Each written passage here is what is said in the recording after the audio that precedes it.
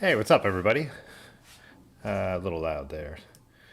I was watching YouTube and not the actual screen, so there's probably a little delay there. But what's up, Large Marge, Pedal Pusher, Stream Elements? Kenny's driving his car because he was just here. Dylan, Roger. So Kenny just dropped off my favorite beer. I guess it's my favorite beer from his brewery. I think that's a fair assessment. 94 Bronco, they're hazy, and a glass to drink it in. I don't think it's going to focus on that till I put the beer in there. But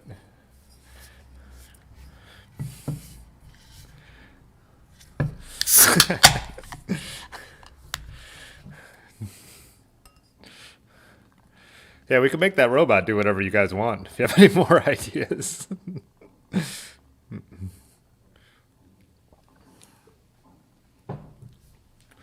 Ooh, pour that a little.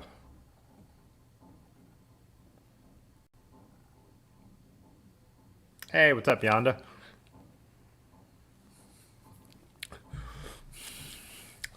Oh, hey, JMZ. I saw JMZ posted what he was drinking. Looked like he has some Old Camp America blended whiskey. I'm not familiar with that. Must be I guess, a smaller brand. Oh, I don't have these on. Pudgy was drinking some high pitch mosaic. Rick Herb is drinking some pea cola. I assume that's some gluten free type thing. Some bread juice. Large Marge has got his regular lately, his Sierra Nevada Big Little thing. Ooh, what's Roger got there? Oh, Mother Stewart's Disco Dancer. Hazy IPA, that looks good. So Mother Stewart's, yeah, those are the two beers you sent me. Not that particular beer, but the brewery. Nice. Someone is... No. Sorry, Rusty. That was a little aggressive. I was a little excited.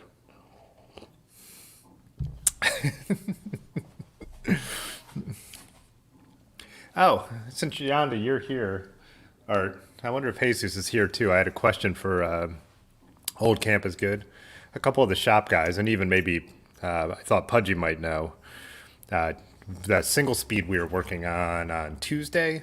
I have these pedals in the basement that I figured would be perfect with it. Then I remembered why I took them off and have never used them. So there's some SP 125s. Let me get that to focus. So I wanted to put cages on them, and then I realized the holes weren't there. You have to take the reflector off, but then it's inlaid. But there's holes here, and I've never seen that before. I finally did some Googling, and I found one pair that does have a cage that attaches to those two holes, but I can't find them online anywhere. So I was wondering if anyone has ever seen any MKS cages or any that go in flat, and then there's a slot there that you can see they slide into. So if anyone out there has any idea of how I could get cages for these pedals, because they're decent and they would be perfect on that build, I would love to know it. But yeah, the other ones won't work unless you put some kind of spacer in there, and I'm not trying to get into all that.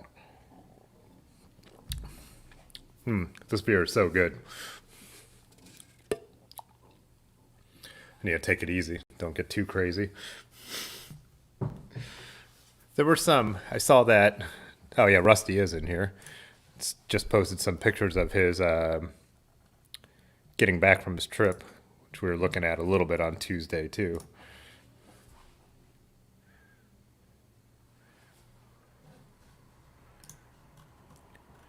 I missed the details of how many miles you ended up riding. These are the ones you posted from yesterday. Roger, you may know where some of those style are, because I know where I get normal cages. They sell them. I have them. I actually have extra sets, but those take a different kind of, instead of being like an L bracket where they attach, these would be a flat, and the bolts would go in top to bottom. But yeah, Rusty's ride looks so awesome. These photos are great. The ones we put up of the night sky on Tuesday were even more amazing. Hey, what's up, William? And Rick posted a pretty cool photo. I love that depth of field look you got going on there too with the bike and then that chill spot in the background. Get crazy. 230 miles with 15K vertical over 4 days. Nice. Yonda said, I'm sure they exist, but cages are dumb, so I put as little effort as possible into knowing excessive amounts of info about them. Yeah. Teach their own. Yeah, Large Marge is saying it looked like a rad trip.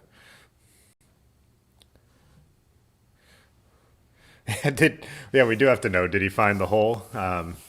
Rusty, for anyone who wasn't here, had a hole in his mattress, so we didn't expect to see him on Tuesday, but he was laying there awake and had enough reception to chat with us. But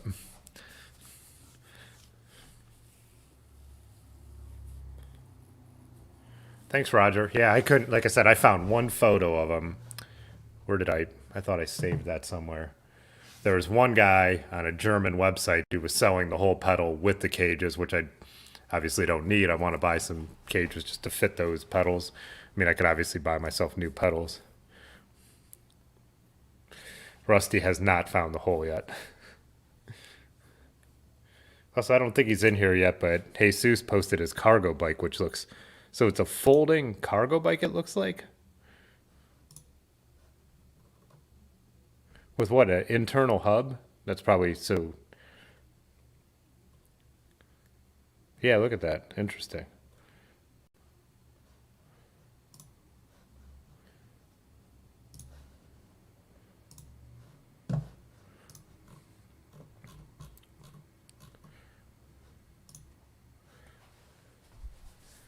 And then Dylan posted some yesterday too. That is such a cool looking bike.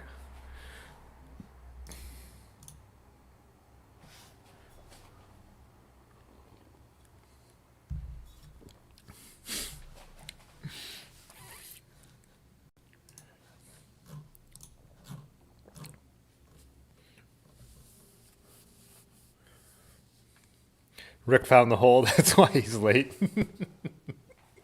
Nice. I was looking at Pudgy's post earlier too. Where am I? There.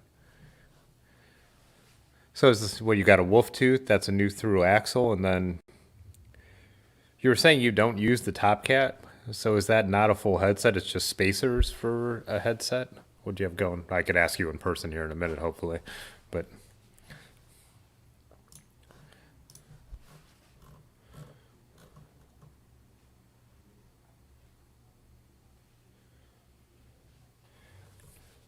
Oh, Ben, a large margin posted a bunch of Chris King headsets and nice.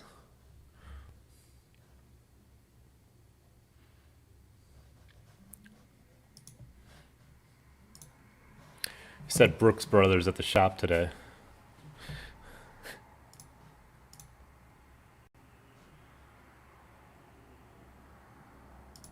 That one looks brand new. That one on the what, Space Horse.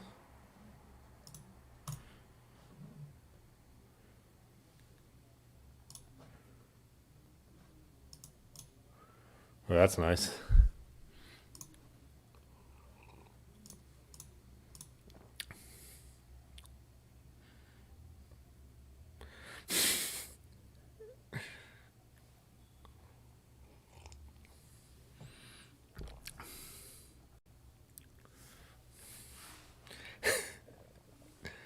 Oh, is this Brad's bike? Must be Brad's bike.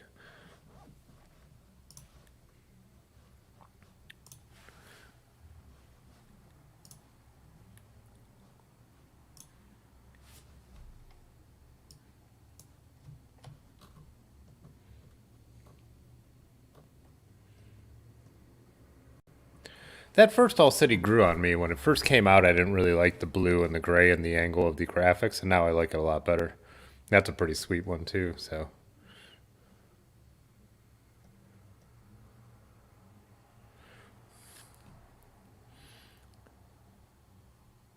Oh, so that's Kenny Brad and Whiskerton Glenn. I forgot that Glenn got that. So Glenn has Kenny's old bike. So is this Kenny's new bike then? The blue one must be Kenny's new bike.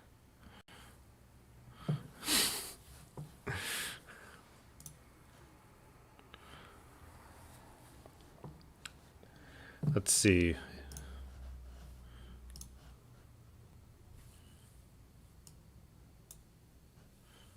All right, good. I see that Pudgy is online. It looks like he's ready to go.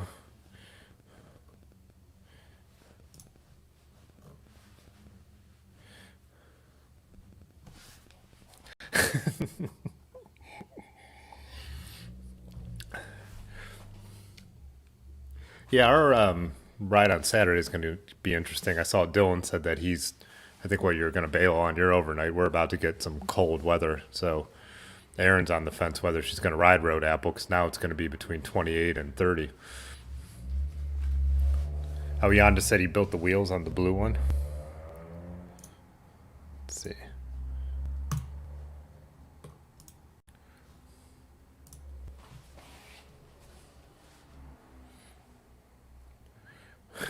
Oh, that valve cap that Large Marge just posted a photo of.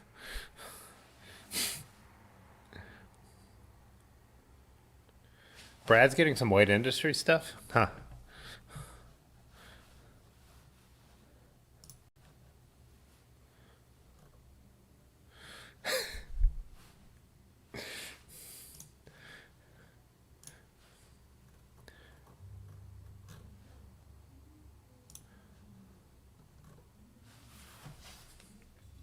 How do you make the valve caps? Oh, yeah, he has a 3D printer, doesn't he, Yonda? Rick Urbanovsky super chatted $5. Pudgy pedals past previous pedal points purposefully.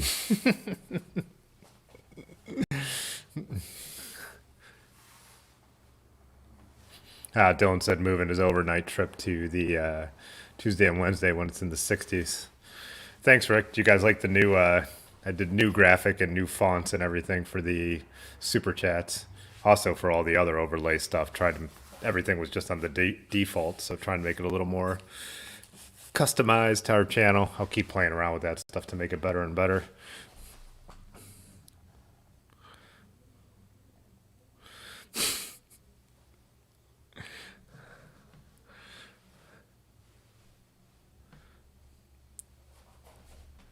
Oh, you're sitting there yonder building wheels. Nice.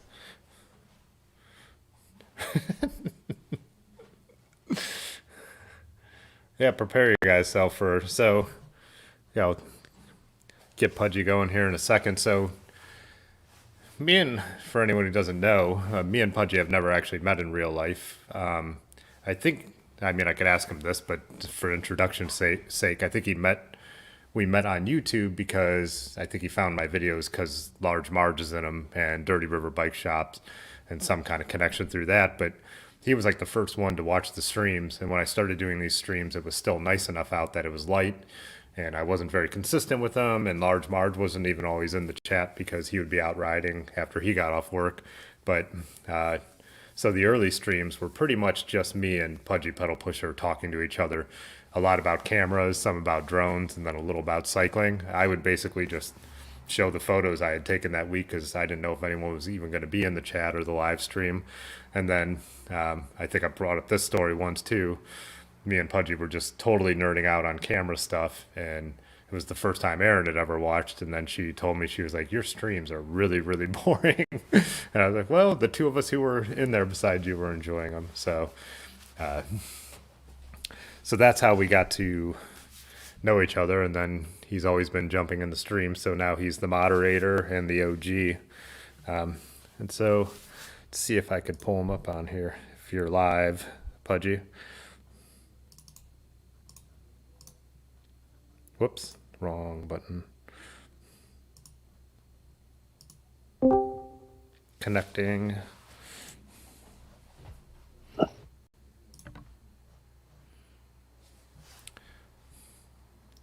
Love it first stream.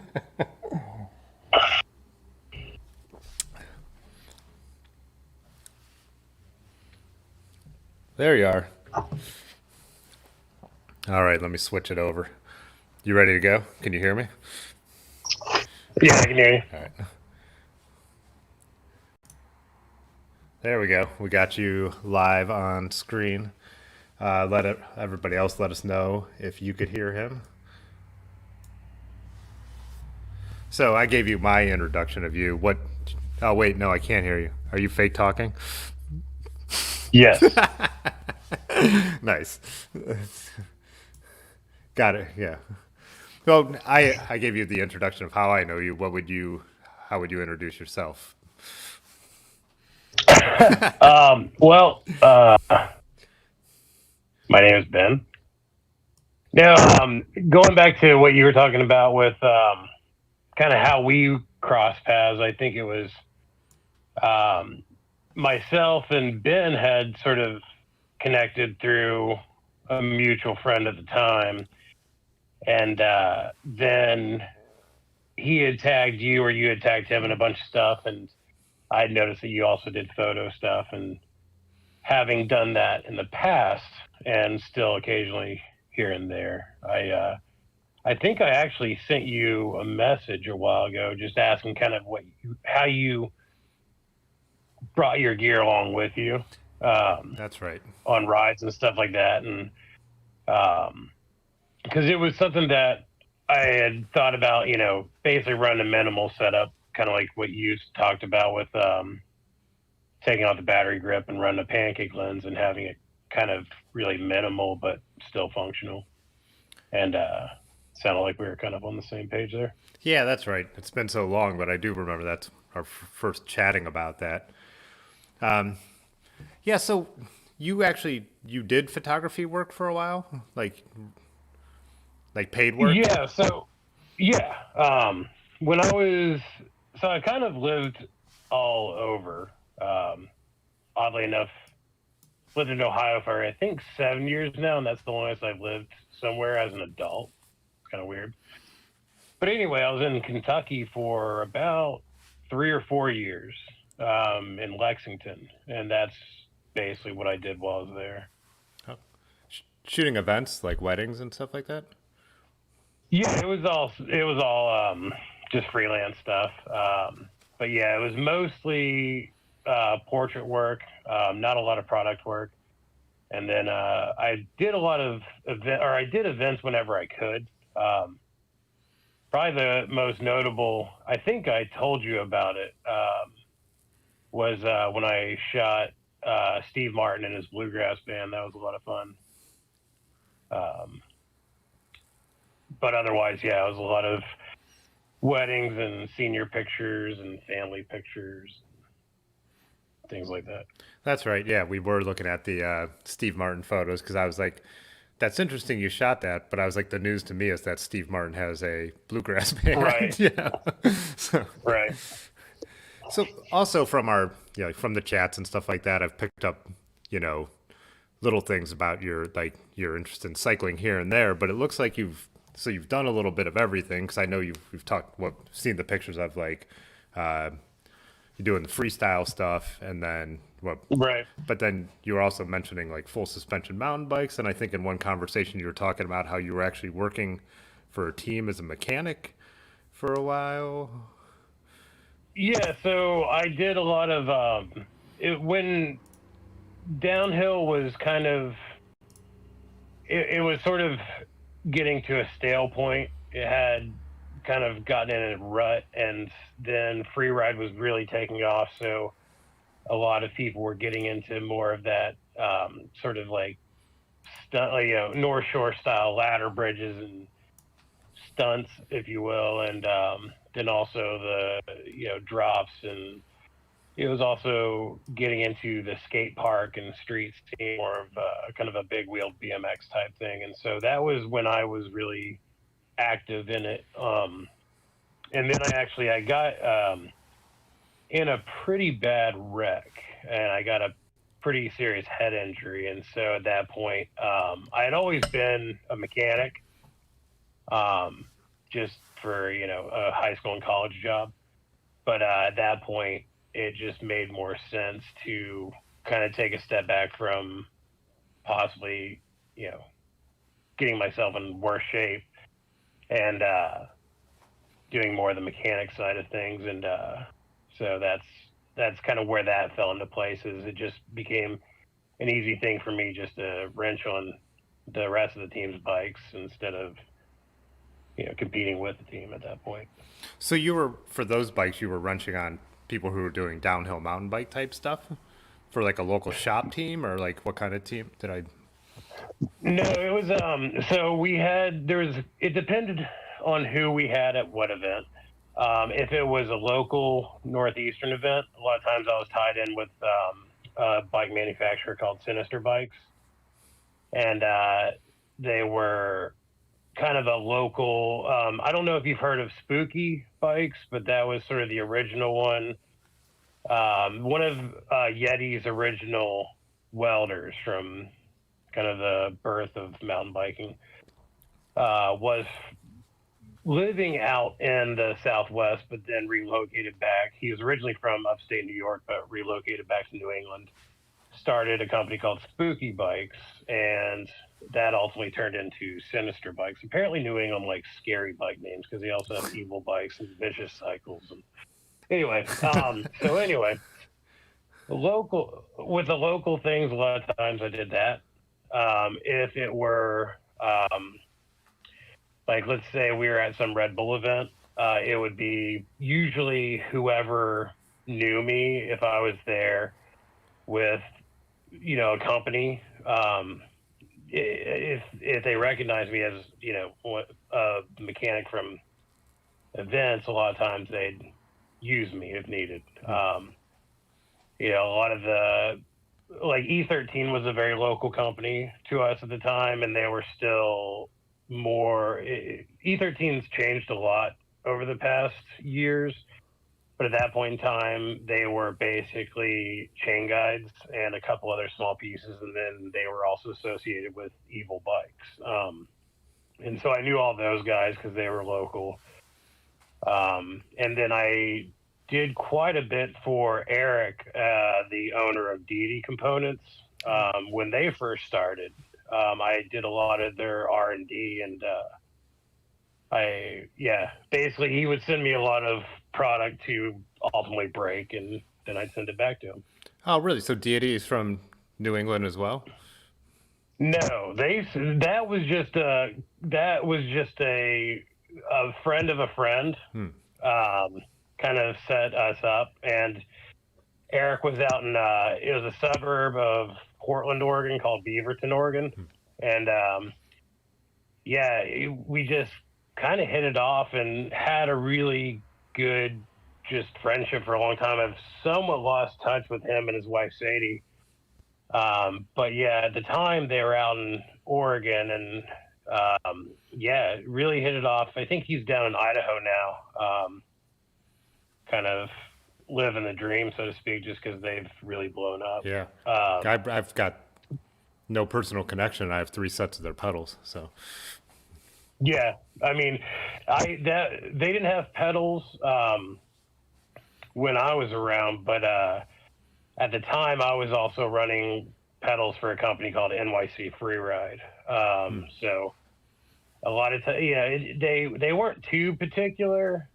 Like Deity had pedals and Andy from NYC Freeride had pedals. It usually would come down to like I would probably run NYC Freeride only because that was about all Andy was known for, and so I would run a ton of Deity stuff and then Andy's pedals instead of Deity pedals. It was kind of, you got to pick and choose, but you tried not to step on toes and kind of help everybody out. Rusty said he thought Spooky was or is based in Phoenix. Is there any connection there? Do you know? Yes. So Spooky ultimately folded. Then a guy in Western Mass named Mickey Denoncourt bought the rights to Spooky off of Frank, and then that folded. And then it somehow, because I talked to Spooky about a year or two ago, and I just was like, hey, who's all there from the old days, or is anybody? And it's basically after it folded, when it went to Massachusetts, it ended up in Arizona with whomever has it now, and it's not the same group, but it is the same company. And so they've left. It originally was like free ride and downhill and things like that, and now it's very much crit bikes, and they're very reminiscent of Dylan's vinyl, where it's just a really cool, snappy aluminum, fun bikes. Ah. Go fast. But yeah, super nice guys. They were really quick to try to get me to get some frames, and they were more than like it wasn't like they were trying to sell, retail. So because when we knew had familiar connections, they were just like, oh, let's get you on one. I was like, I don't need any bikes. But yeah, I mean, super nice guys from the interaction that I had with them. But yeah, Rusty is correct. At this point in time, they're definitely an Arizona company. So what did you say? So you said you went from, so you were, when you went from New England, why did you end up going to Kentucky? Did I miss that? Or did you say why you ended up in Kentucky and Ohio? No, I hadn't really. So basically, I was doing the kind of guide work and search and rescue stuff up in New England and the Pacific Northwest at times. But then all that funding basically went away. And so everybody had to get, a real person job. And between the cost of living and the job market just being pretty terrible, I basically just decided to look around, and I had a friend. My brother and his wife's best friend lived down in Kentucky, and basically I could couch surf on her couch long enough to basically get settled. So I did that, and like a idiot, things happened, and then things unhappened, and Yada, yada, yada. yeah. So those fun things have. So yeah, at that point, I actually have a lot of family in Central Ohio, extended family, and so again, the cost of living being cheaper and the job market being stronger, and having some familial connections, I just decided to head north and kind of check it out up here, and been here ever since. Yeah, it's one thing because I really like going down to Columbus because it's a growing city, so the feeling is different than up here in Northeast Ohio, where it's starting to pick back up, but we had like this kind of boost in the late 90s, early 2001, like 2000s, where it seemed like we were turning a corner, and then it just stagnated for 20 years almost, and now it seems like it was about to take off again, and the pandemic stopped. So it's cool to go down to Columbus to get to see an actual what's going on in almost the rest of the world. Like city centers are kind of blowing up, but at the same time, I don't like the topography in Columbus. Like, it's cool down by the river and the bike paths, but then there's no we have like better. I just think it's prettier up here in Northeast Ohio. So there's like two different where we have the Cuyahoga Valley and stuff like that.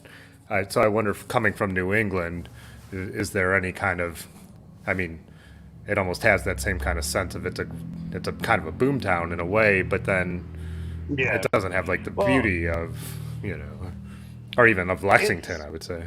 But it's different, absolutely, and it's I'm still not used to how flat it is. I don't know if that'll ever kind of make sense to me when I can look out over that much distance of land.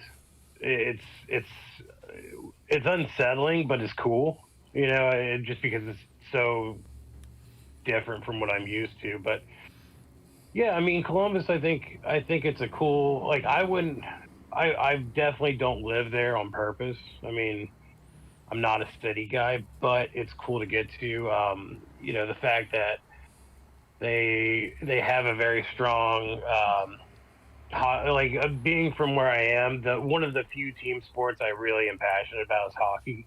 I love hockey, and so it's cool that if they're they've got two professional teams. If you count soccer, which some people choose not to, I don't have a dog in that Yeah. race, um, but it's cool that the one other team, other than soccer, they have hockey, and it's fun during normal circumstances to go specifically go see them play the Bruins because that's the team I typically follow. But it gives the city some pulse to, and obviously Ohio State is the craziness that it is too, and so it gives it that young sort of thing. Which even if you're not into team sports, just that demographic is more conducive to fun activities on the side.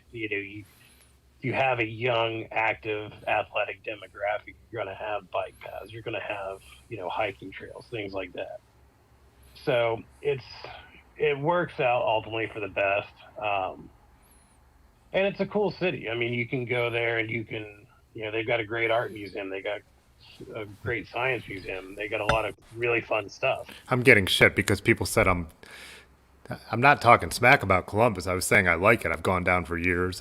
My friend Brad still lives down here. Who's been on the streams. Like I have a good time every time I'm in Columbus. There's nothing you can do about the topography. It's not what we have in Northeast Ohio. It's not what you had in New Right. England. It's not what you had in Lexington. And someone just said, who was saying, oh yeah, Sean's in Cincy. I love Cincinnati too. You know, Yeah, Cincy. Well, it's funny because you look at the short north area of Columbus. It's very much like what the OTR area of Cincy used to be, where they're both very sketchy, kind of seedy areas of the city that have been, in some ways it's good and bad because it's obviously been completely gentrified, yeah. but it is what it is. But it's cool because you get to have a lot of fun, accessible stuff. That I guess if you had a political soapbox, you could tell me why I'm wrong, but I enjoy it. Yeah. And oh well. Yeah, and like the other thing is too, like even talking about sports. One, yeah, there is a lot of pride because a lot of my friends who stayed in Columbus after they graduated from Ohio State have become hockey fans because there is the team. I Yeah, absolutely. I don't pay a lot of attention to major sports except cycling anymore, but I'm actually my favorite sport if it outside of cycling and historically in my life is college football, and I am a Buckeyes Mhm. fan. And when they do get far, I do watch them. And I'll go somewhere else and watch. Well, yeah, I mean, and I mean, both my father's passed away, but both my parents went to Ohio State. They were both alum, and my mom to this day still. So if you graduate from Ohio State, as long as you never turn it down, you're always guaranteed two tickets to a football game for retail value, or for face value. As long as you don't pass on a 1 year, and because if you do that for some reason, then your spot's gone. But she's always gotten them, just because we have extended family out here before I lived here, so she could just give them to them. Worst case scenario, but yeah, under normal circumstances, we go to one Ohio State game every year, and it's fun. I mean, like if I were to choose probably a second team sport, it would probably be college football. I'm not a big pro football guy. Right now, I'm mad at the Red Sox, so I won't say I'm a baseball fan. So, yeah, I mean, it's fun to go to Ohio State football games. It just is. Yeah, and again, like everyone says, I'm doubling down. It's not. Rick, of course, had to drop the. Did I lose it? Lose it? How he said he wanted to know what's going on with the head injury. Obviously, it was a face first thing. Yeah. So yeah, that one, it was a long time ago. I was ugly before then, but I got a new nose out of it. Um, but yeah, it was just a lot of facial fractures and things like that. But then the main thing was there was two, and it's weird because they have very specific words for when you die and when you don't die. But when you die, they call it you had two aneurysms. When you don't die, they say you had two brain hemorrhages. But either way, basically the same idea. Um, you know, you got leaky stuff coming on your brain. Yeah. And so, yeah, that was the kind of quick and easy of that one. Um, and yeah, it's kind of that, you pay to play, and sometimes it doesn't work out for you. And I mean, I still got luckier than a lot of people. I mean, there's a lot of people out there who obviously died, but then there's other people who will never walk again. Yeah. And if they do, it's because they spent most of their life working up to like wobbling, you know. So I was also going to ask you too about, because a lot of people have talked about Ronnie Romance on here, and so I know you went, and we were talking in the chat a couple weeks ago about Nutmeg, and you went again this year, even though it wasn't like as much of an official event. But have you gone also in the years when it was the full on rake? So the year before last year, it was more of a normal style, and it's kind of like, it's almost like you've got this herd of cyclists. It's sort of controlled chaos. The only way I can really describe it is if you watch those marble races where the marbles kind of race down the track and they're all just like funneling together at times. But yeah, so in normal years, it's typically a very fellowshipy, communal, good fun hangout scenario. Some people will go down and they'll just knock it out. And it's like a gravel race to some people where they'll go down and it's all business and they'll grind it out and, buy a t-shirt or something and go home. And then other people, most people are there. They'll get there a day or two early. They'll camp. Everybody's kind of cooking together, and it's not super weird hippie vibe, but it sort of is too, but in not an obnoxious way. And then the day you've got usually 2 or 3 options. He usually does one thing to make note of is Ron is a very accomplished cyclist, which a lot of people probably wouldn't know. Yeah, just because he was a roadie. Yeah. Yeah, he was the roadie, and he was a pretty accomplished mountain biker too. But he also was a very high level crit racer. I mean, he's just a very talented cyclist. But ultimately, the thing that translates to is now he's a successful businessman, and in some ways, this sort of like bicycle Jesus folklore type character.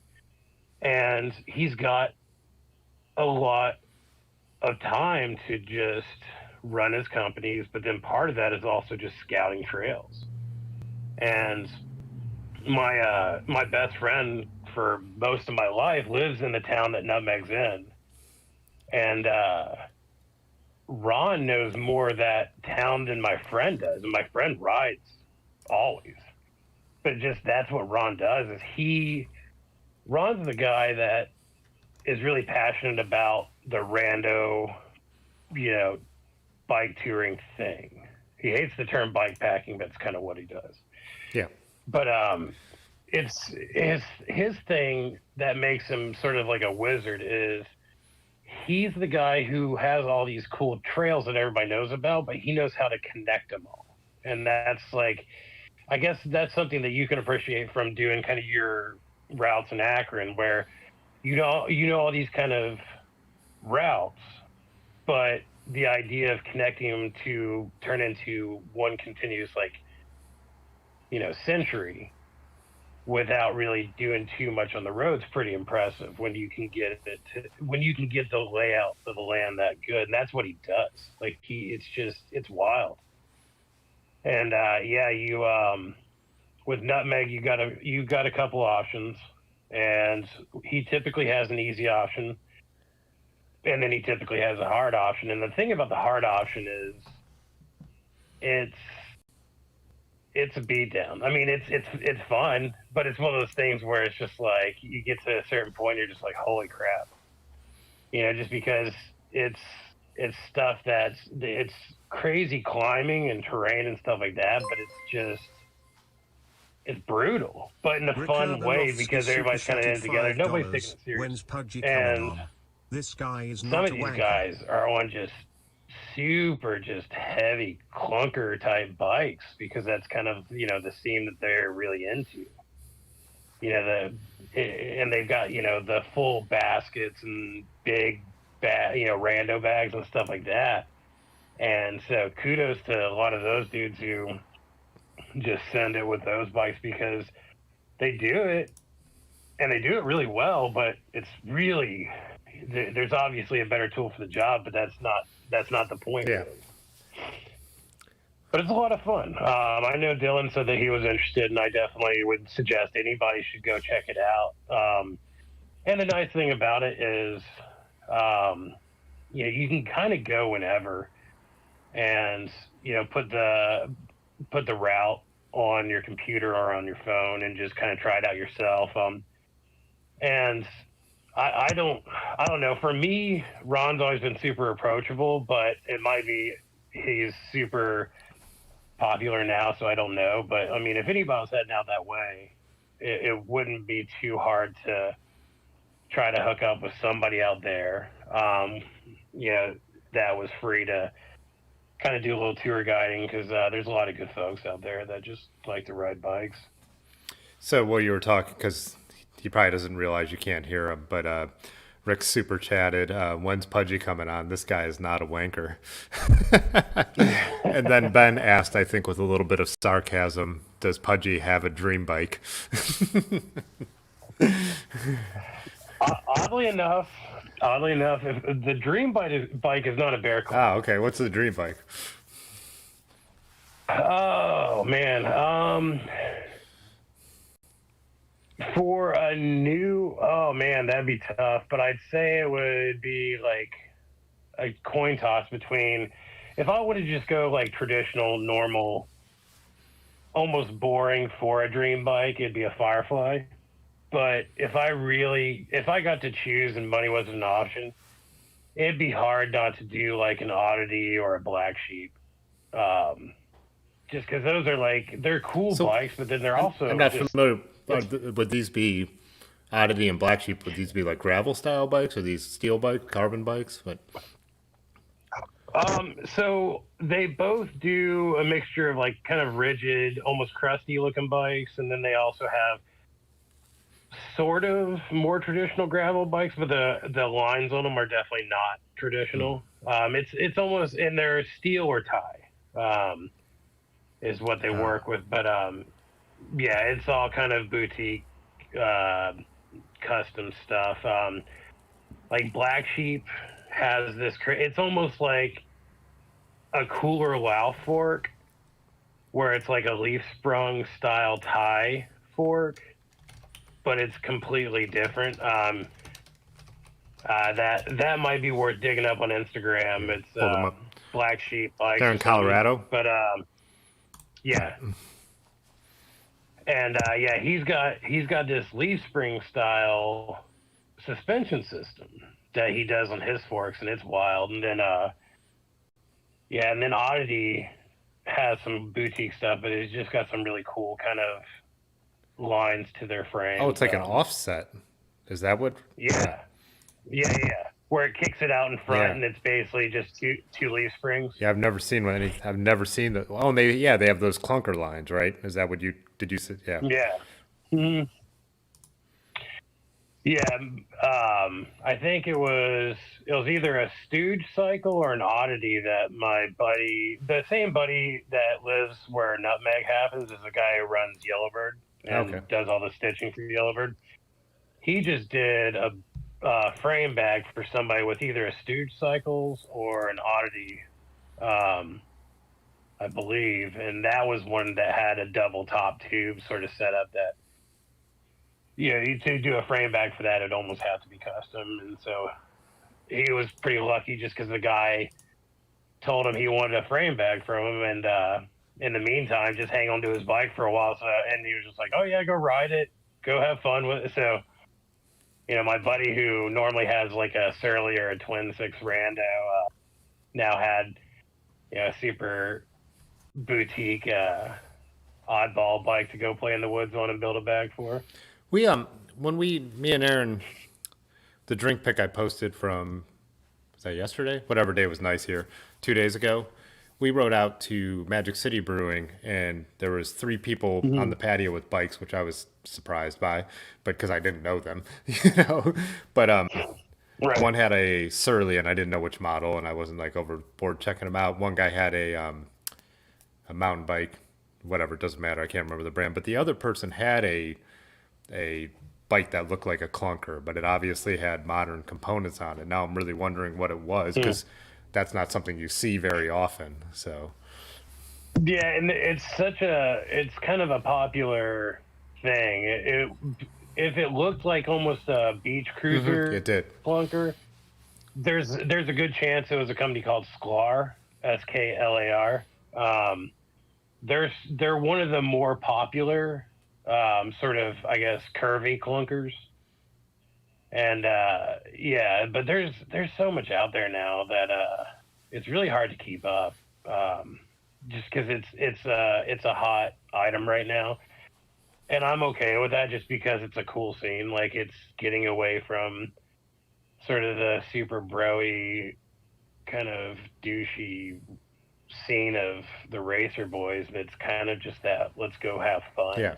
And I say that as somebody who is very much involved in that scene for a long time, and there's good and bad to it. Not I would say most of the people involved are solid people. It's just, unfortunately, there's a few that just make it unpleasant. I even find that from being involved. I like the chat rooms for watching because I love pro cycling, and it's like there's a lot of people who are the Alex Howes, Taylor Finney, Al Fleet fans, and everyone's pretty chill, and that's why Strada Bianca has become so popular, and the Cabo Classics seem to be having a little bit of a resurgence in the U.S. of people paying attention. Right.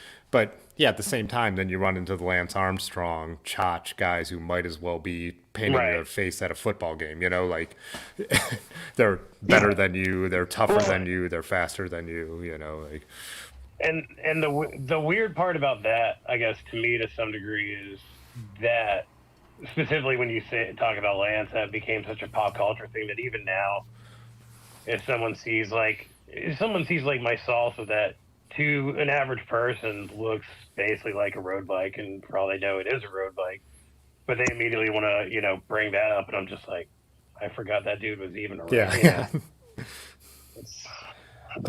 And he I didn't care for him even when he was the guy, but he got a lot of people into the industry and a lot of people spending money in the industry. So I look at a lot of things like that in the same way as I look at, someone, your average Joe rider with a full Dura-Ace carbon, whatever, that's what keeps the industry going, so I'm not going to really give that person a hard time. It's not going to make sense to me, but he's keeping the lights on for a lot of cool companies. It's interesting. I think it's kind of, it's finding Russ in Pathless Pedaled and being the opposite end of the spectrum. But like Russ is straight up said, he's like, I actually, he said, I actually like watching racing. He was like, but yeah, the party pace thing, the companies like All City, Surly, then the smaller companies we've been talking about and stuff like that. Like, I think now there's a lot of room, and I really agreed with Russ when he was saying, like, all these people who bought a bike this year in this pandemic bike boom, their aspiration is not to be a World Tour pro. That's not where we're at anymore. Like, Trek sold a lot of really expensive carbon bikes to doctors and lawyers, you know what I mean, who still go out there and hurt themselves on, 23 millimeter tires because they think that's what you should ride. I think the bigger opportunity is like what we're talking about, where these, were wider tired, comfortable, but can still be, like even Jan Heinz has, performance bikes, so. Absolutely. Yeah, absolutely. I mean, and that's the thing, like, going back to Ron, he'll be on a bike that, looks like he got it at a thrift store, and if he wants to, he will wear you out without a lot of effort on that, and you could have a phenomenal bike for all intents and purposes. But yeah, I mean, the bike is really secondary. I mean, it's a tool to do a job, and you can you can spend a lot of money on a hammer, or you can spend $5 on a hammer. It'll drive a Yeah. nail. You know.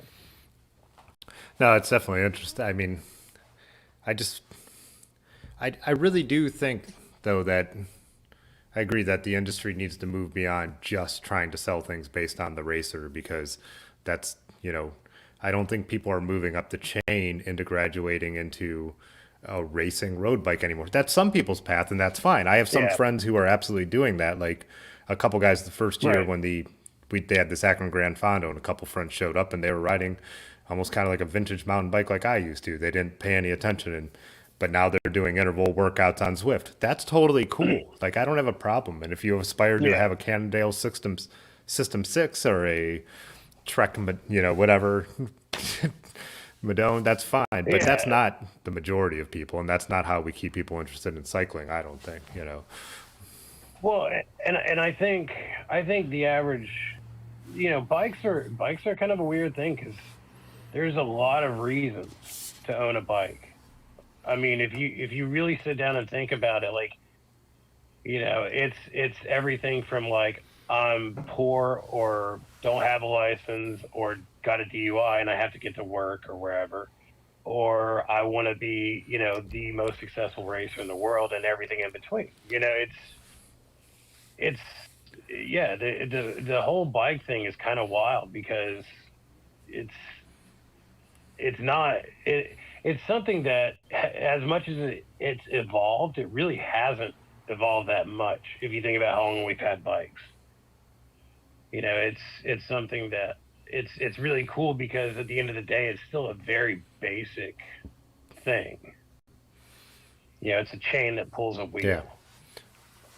It's still I mean, you look at the early drawings of the first safety bikes, and I mean, that's still my Mm, favorite looking kind of bike. You know what I mean? Is the equal yeah. sized tires and the two triangles. So it's, Yeah, I mean, and yeah, it's it's cool. I mean, it's cool to see when I was first really getting serious about it. There was road bikes and there was mountain bikes. Mountain bikes were a fairly new thing at the time, and everything kind of had it. It was very compartmentalized. You had cross country bikes, but it was still pretty much two directions. Well, three directions. You had kind of like BMX, you had road, and you had mountain. And it's cool just to see things kind of becoming this weird hybrid thing because I would imagine, you know, when I have my salsa with 2.1-inch tires, when I think back to when I was racing downhill, a lot of times I would only have a 235 tire just because it was faster, it rolled quicker, it was lighter, like it was more race oriented comparatively speaking to a 2.5, which is almost as big as you'd want to go back then. And now I think about people who run just basically XC rides on 3-inch tires. It's such a weird direction the scene went to, but it's also the technology. Tires weighed a ton back then. So it really you took a lot of berries to get it going. And nowadays, I think some of my bigger tires are lighter than some of the tires I had on my steamroller when I was in college. yeah, I think it's funny because I've heard like everyone uses like the term hipster to just put down anyone they don't like. But I often hear like people like put down the whole gravel scene or like we've all talked about like gravel bikes or just drop our mountain bikes, this or that. But I look at how like, and I don't say this to say I'm cooler than anybody, but when like I met Large Marge and stuff like that, I was just I was just Hmm. riding the bike I had. Like I said, I didn't think I was a cyclist. I was somebody who liked to ride a bike. He was riding a fixed gear bike. I'm Right. like, oh, that's a fixed gear bike, like the Messengers in New York ride. And I was like, this is just the Mm. bike I own. And then our friend Woody was riding a single speed, and my friend Wes was riding his vintage Peugeot that he just thought looked cool because that fit with his aesthetic. It's total piece of garbage. It's like a UO 8. And Right. it was like, so And then when I was talking to a couple other people, they're like, you guys are kind of rare because you guys don't care about any scenes or any clicks or anything like that. And I didn't even realize that was Yeah. supposed to be a thing. That like, you know, that my friend, like even Erin said when she lived in Chicago, like the fixie people did not hang out with the road people, did not hang out with the mountain bike people, did not hang, like, and we were a group of people who like to Yeah. drink beer and ride bikes, so Yeah. we just never cared. And then when we started finding, like, so now I call it the industrial gravel, it didn't matter what we were on. We're like, this is so cool, we're gonna hit it. And that's when I got into my Mm, vintage bike phase, and I was riding like 23s on a Viscount over stuff and beating the hell out of myself. So now it makes sense just to have a gravel bike right. to be able to do everything.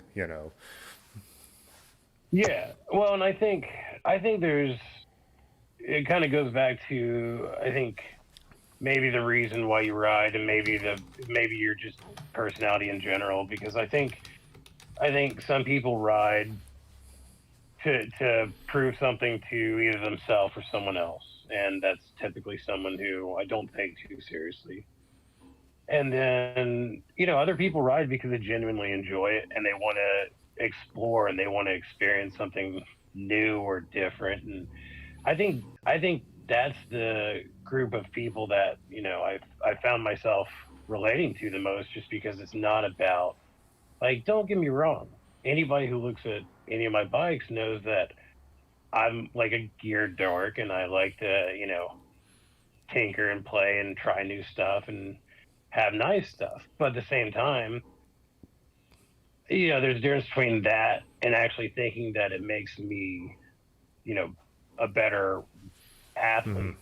It's, and I think that's, you know, like I genuinely don't care what people I ride with ride, because that's not, I like my stuff the way I like it and I like to tinker. But when I'm actually riding with people, it really doesn't matter, or at least to me it doesn't, and I hope to other people it doesn't, because you're missing the point at that Yeah, see, point. I ride faster solo on most days than I do no matter who I'm riding with, even if I'm riding at someone of my ability. Oh So, like, yeah, and almost all of me and my friends, none of us are above trying to uh, get the hill climb Strava segment, not as the KOM, but yeah, from each other.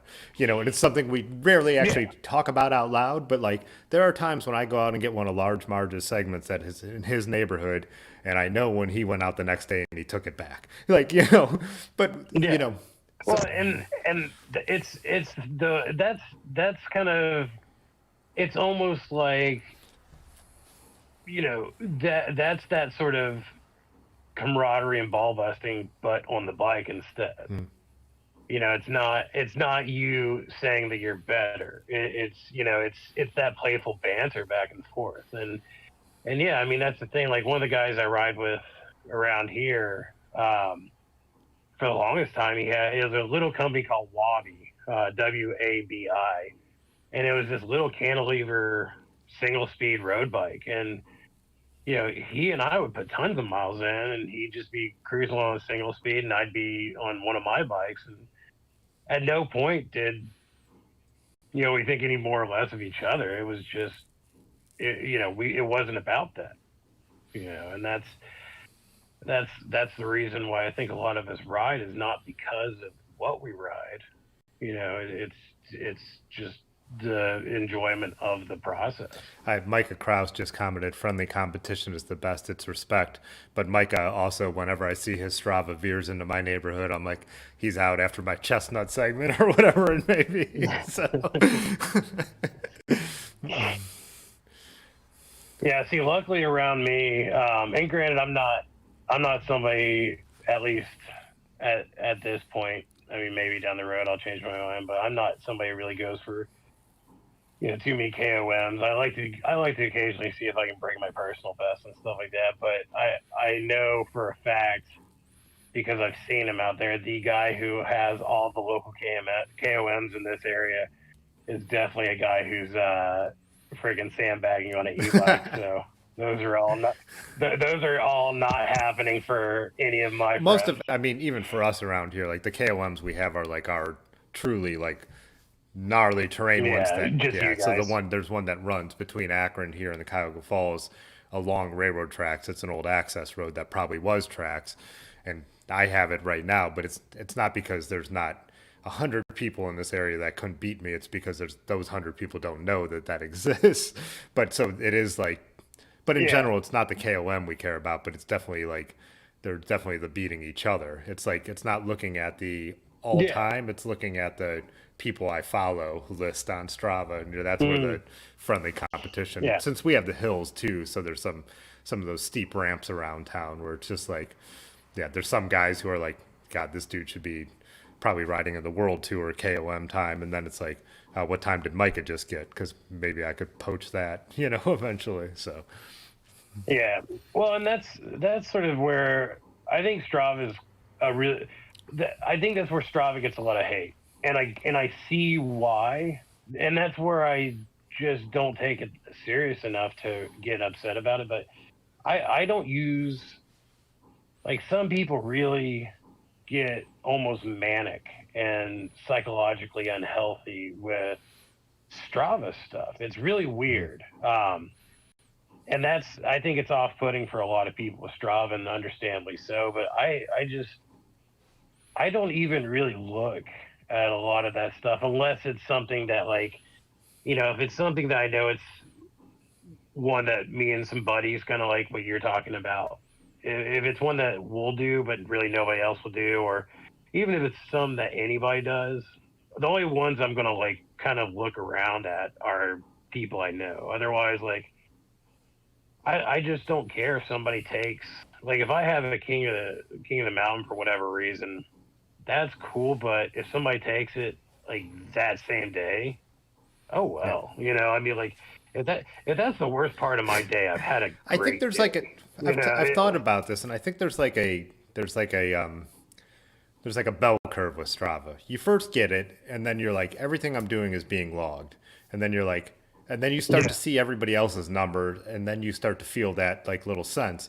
And I think it goes one or two ways. And I have the friends who are like, or the acquaintances, friends who are like, now it's always a competition. The other people are like, now I'm yeah, logging my miles, but if I feel really good one day, I'm going to see what kind of time I could put in, and hopefully yeah, first, exactly. hopefully I PR on it if I'm feeling really good. Second, yeah, Yeah, then hopefully I picked off a couple friends. But yeah, it's not like but yeah, party pace yeah, really is in general like, if Aaron wants to ride, I would rather go ride with Aaron than worry about getting a PR somewhere, yeah, absolutely. or yeah. I mean, you you would kind of be a douche if Yeah. you didn't. But yeah, that's the thing. Like, honestly, like, there's a section near where me and Roger are at, and it was actually just north of where you guys stopped for the night, but it goes from Springfield to Hmm. Urbana, and it's just a little 10-mile one way, almost just dead straight, flat path. Um, and yeah, I mean, there's a few segments on there, and if I'm feeling froggy, I'll give it the berries. But, like, I'm really not gonna, like, get all salty if I don't get anything out of it. And there's a good chance if I'm not, like, because I've got a Wahoo, and it's almost, you sort of can cheat with them because it'll, if you highlight the segment, it'll tell you your plus or minus time. So it'll tell you if you're on track. If you're plus X amount of seconds or minus X amount of seconds. If you're going to be getting it or not. And if I'm really just going for a deep dig into it, and I realize that, like, I'm not going to get it. Yeah, I'm bailing. Like, I mean, I don't take it. It's funny because Erin rides like that, Yeah. so she has her phone on the bars and she's watching the segment, and like she'll have me lead her out Mm. and everything, like give her the draft. And Oh, so the phones they do do that if you, too. yeah, now that if you Okay. want all the stuff, you have to be subscription. She subscribed early when that was Right. only a subscription feature, or when you used to have all the other Yeah. features. And I am the total opposite, where like it's all on feel. And if I'm like halfway up and I run out of gas and I'm like, I'm not going to get it, or the wind starts blowing, I'm like, I bail on, like, because the wind, on a flat especially. But I am like 100%. I don't want to see that number. I'm like, I just need to go like full beans, and that's it. So we're totally opposite in Well, that. Like, the funny thing about you saying that is, I'm pretty sure, and granted, it's almost often assisted by a tailwind, Yeah. but I'm pretty sure the most of the time, if I do PR, it's when I haven't been paying attention to it. Because I think honestly, if I like set it up on my Wahoo and I'm paying attention to it, like I'm almost gassing myself just keeping up with the computer as opposed to just like putting power out. And so like it's funny because I've PR'd accidentally probably more than I have purposefully, I but PR'd more accidentally if that means I was almost to the point of being blackout drunk riding home at top speed from the bar, feeling no pain. I remember last year one day I was just like I was and it was early in the pandemic, so it was before my fitness just took a dump, and I just did pandemic like hibernation.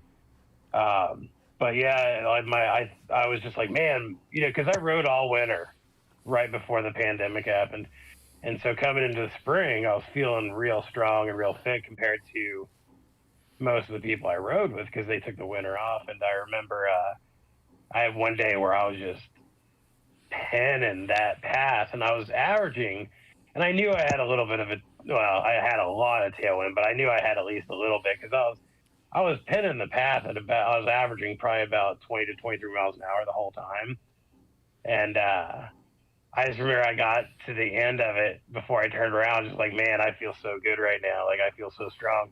And then I turn around and I'm averaging like 7. I was just like, never mind. I get those. We have those times where I'm like, I just crushed it, and then I like get home. I'm sitting on my front stoop. I'm like, start just waiting for it to save, and then I'm like, oh no, you were just drunk. You were not going that fast. Yeah, in that case, it was just I had an amazing tailwind that I had to fight the whole way back. But I think my worst headwind situation though had to be so there's a trail called the Oh Hockhocking yeah, yeah. Trail down there. Okay, so we did that. It was an unseasonably warm Saturday, probably a little over a year ago, and a bunch of us with Heritage Cycles down in Grove City Oh, we've been there. Yeah. Yeah. went down. Yeah, we went down there and we rode it, and it's I think round trip it's only 30 miles, but it was gosh, like I think I felt better after 60 or 80 mile rides than I did after that one because it was one of those both ways had just a brutal headwind to the point where we're all drafting the entire ride at a certain point just because we're just taking turns pulling because the wind is just so brutal. Um, and yeah, we got to Athens and we're just sitting there like not psyched about the idea of having to go back just because yeah it was just a super windy day. It was not necessarily directional, so it was like there'd be times where you got a bad headwind and then you get a crosswind and we were just all over the place. It was just effort, but it was a lot of fun. I mean, it made for good Yeah. Yeah. stories. Me and Aaron rode that. We parked in Nelsonville, rode into Athens. Yeah, that's where. Yep. Yeah. The at the whatever that boot place Yeah. is There's some. next. Yeah. Yep. Rocky. Yeah. The Rocky Work Boot, I think it is, place where it's got like a little train station, and all that. Yeah, we did that. Then we went to Jackie O's and Little Fish. Yeah. Yep.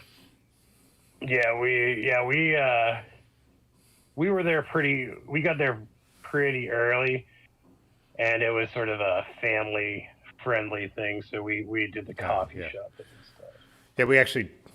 But I think at that point in time, I think I was on a dry spell anyway. So Yeah, the wind thing. If Mike is still in here, we rode up to Conneaut, which is up on Lake Erie, where he's from, and it was a double centuries last summer. But on the way back, going along the lake, we just had this horrible headwind. I think there were 5 of us, and like it was one of those where I was like, just hang on the wheel because if you let go, you're just gonna Yeah. really be you're You're fighting even done. harder. Yeah. You're But gone. it was one of those where it was like, yeah, I doesn't matter, I can't hang, and I just fought the wind for this 10-mile segment along Lake Erie with just a brutal headwind, and they were waiting at a Uh, coffee shop at the little town, which is not Willoughby, but some little Ohio town on the lake, and they're all sitting there relaxed with their coffee, and you just pull up like dead, and then just our friend smoked. Brad had lost our wheel even before. And like when he gets there, like I'm even done with my drink, and it's like ready to go. Only 95 more miles. Yeah. So Well, and that's outside of just the monotony and boringness of that section that you love so much, oh, down to Jeremy. down by Um, London, yeah, yeah, Ashtabula between section. Cedarville and South Charleston. Yeah, it's that stretch between South Charleston and Cedarville that is notorious for pretty bad headwinds as well, which just makes it even easier to just want to be done That with makes and me write off. appreciate what we've had then. So we only had the monotony of it because down there by London, Yeah. man, that is just like I said, you get out there and you look and like you see the telephones poles just disappearing like you do like in a Mm, Roadrunner cartoon in both either direction. You can't tell how yeah. far you are. So we skipped it last year. We went into Springfield, which was a great way to make Ohio to Erie a better Yeah. route. Like I'm not if I lived around there, I'm not saying I wouldn't go out there and kill that segment once in a while. But having come from Northeast Ohio and you're going through Amish country and it's beautiful and hilly and then Mm, changing terrain all through the state and then you hit that section, it's just like yeah. day 4, it's kind of brutal. Yeah. Yeah, that section. So London to South Charleston doesn't seem so bad, but it's mainly because you're either almost, or at least for me, it's either I'm almost done or I'm just starting, and so I've Mm, kind of uh, I'm either on that last 10 mile kind of coast, or I'm on that first 10 mile kind of like working out the kinks, waking up my legs, like kind of glad to be on the bike. So that 10 miles to South Charleston usually isn't too bad, but then that 10 miles from South Charleston to oh, Cedarville is yeah, yeah. just awful. But then after that, I enjoy it just because the stretch from Cedarville to Xenia is fun, just because it's kind of rolling hills. It's obviously not Yeah. mountains or any sort of climbs, but it's scenic. You have something other than farm fields on either side. And then that state park that's right after. Well, if you go from Xenia towards Cincy instead of up towards Yellow Springs, that state park's Yeah. super pretty in there. Um, but then, yeah, even if you cut up towards Yellow Springs, it's a really pretty ride. It's just that one section is just It's a tough. rail trail and like we have rail trails, Yeah, but there's usually some variance. But I remember like we got excited. not There's that. one part that kind of like dog legged over a road, and we're like, that was the most exciting thing that has happened in the last hour. Yeah, I, I remember because I have that was my first metric century. Was riding to Xenia and kind of going a little past Xenia and then back to London. Was my first metric because that puts you right at about 64. Um, but I got to tell you that it wasn't as bad as I was so hell bent on getting a century ride because like I got a metric century. That was my first kind of like check off the list thing, and it wasn't bad.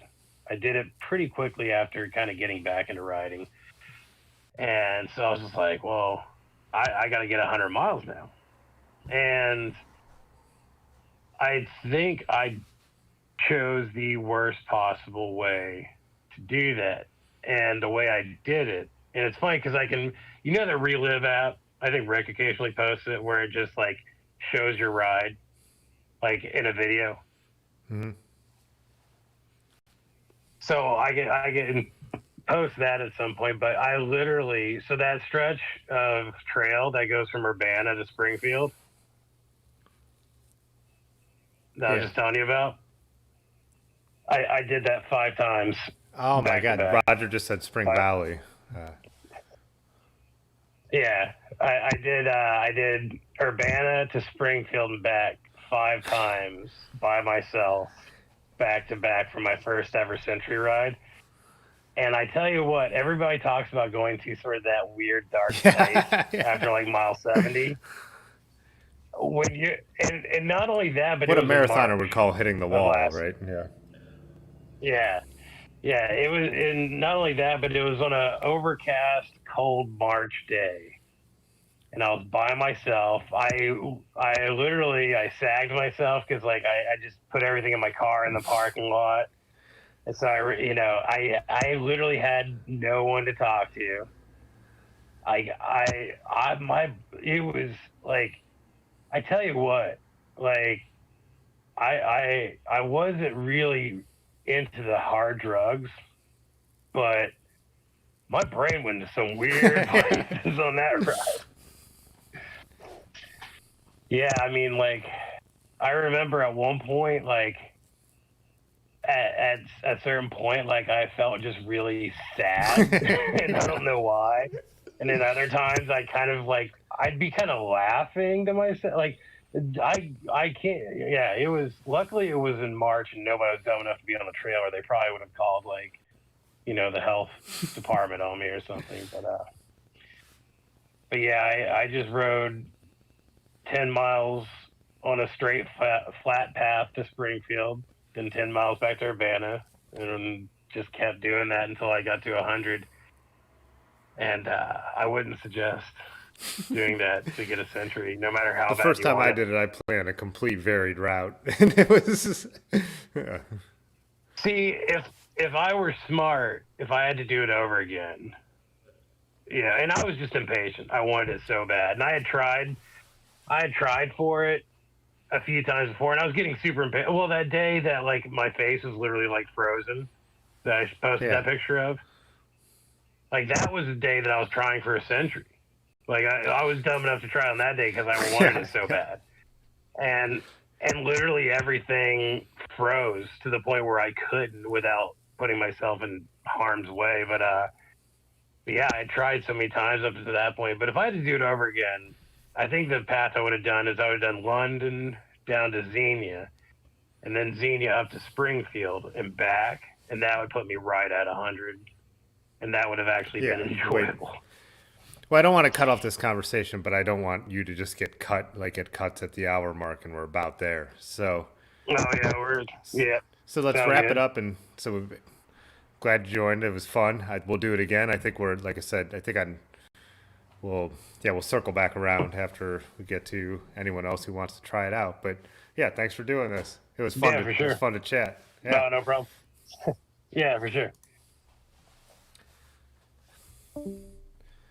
I see Sean just said riding north of London, South Charleston. Someone yelled at you for not wearing a helmet.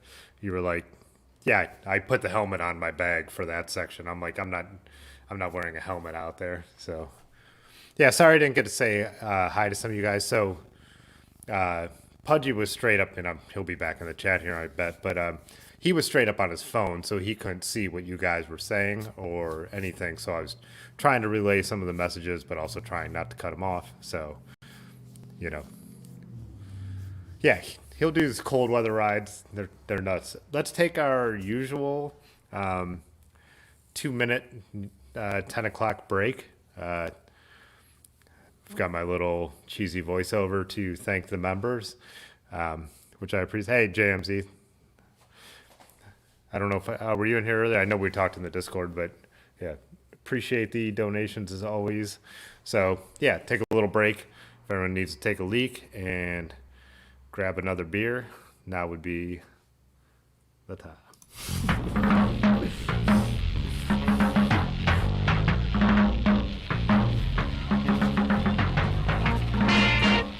We are going to take a quick break here. Let's first thank the members, though. They really do help make this channel better in every way. If you want to add your name to this list, there is a link in the chat right now and also below this video. It is really appreciated. Like I said, it will help make the channel better in every way, but you also do get some special perks. There are extra videos, more content, discount on swag, and a few other things. Check out the link if you're interested. We do appreciate any support here, though, so if you're just tuning in to watch for a little while, hit the like button. They say it helps out. But yeah, any kind of support, whether you've ever, bought a piece of swag, done a super chat, but even just watching is good enough. I appreciate it. I really have fun doing this, so I'm glad we have a little community here. Also, take this chance again to say join us in the Discord. That's become a really cool thing, too. We'll be back in about a minute, but one more time, thanks to the members.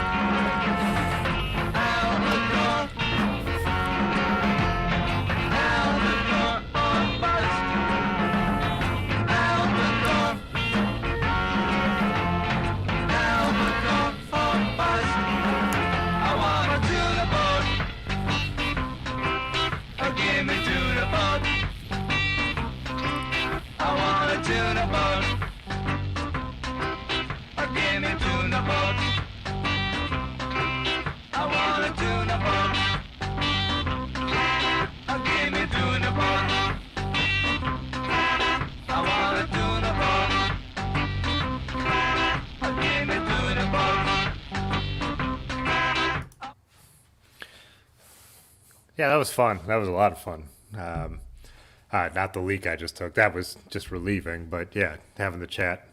I love doing that too. I think it actually probably works out that Pudgy actually couldn't see anything else, because then I think it gave us a very good one-on-one dynamic, But then I was still trying to keep up with what you guys had to say here and there. But it also seemed that everyone was just enjoying listening. So yeah. We'll keep that going. Patrick's in here. If you want to do it next Thursday or whenever you have time, that'd be fun. Yeah, keep that going. I think it's way better than 2 hours of me talking about stuff. I was saying on Tuesday, shook it more than twice. I was saying on Tuesday, maybe I would like to have Aaron and maybe Large Marge and Jay Dandy, if you were interested. We could talk about Road Apple and do I think we have it figured out where we could do more than one person at once. And if you're interested in doing that, we could do that. Nobody has any pressure, obviously. Anyone doesn't want to do it, you don't have to do it. But yeah, since we're all going to ride that gravel race, it'd be fun.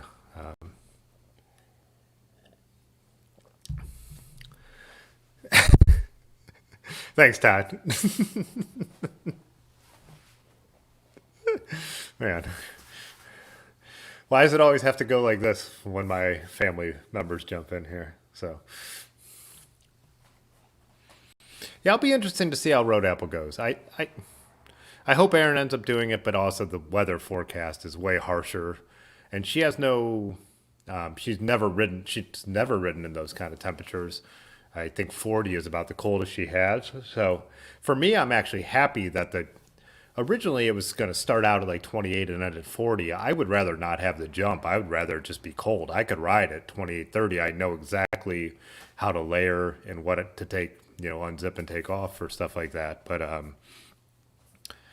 yeah, so for me, I don't mind it just staying cold. I mean, I'd rather get lucky and have 45, but I'll take, like I've always said, I'll take 28 and no ice, no rain, no snow, so.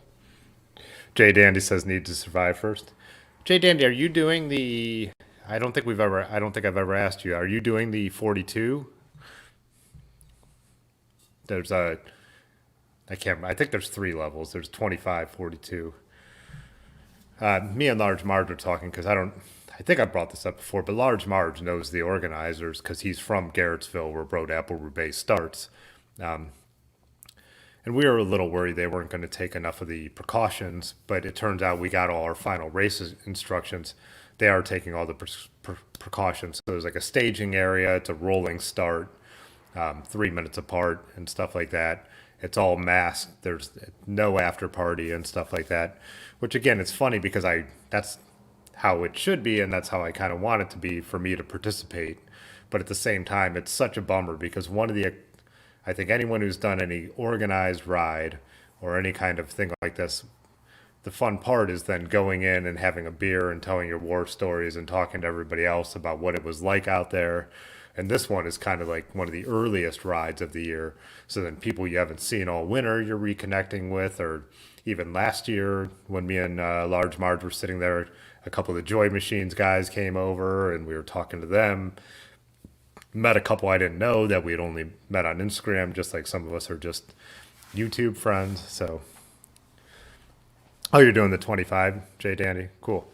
I think Aaron will probably end up doing the 25 also. And what you're starting, I think you're starting right around us, right? You said 10. Did you say 10:15? We're 10:18, I believe.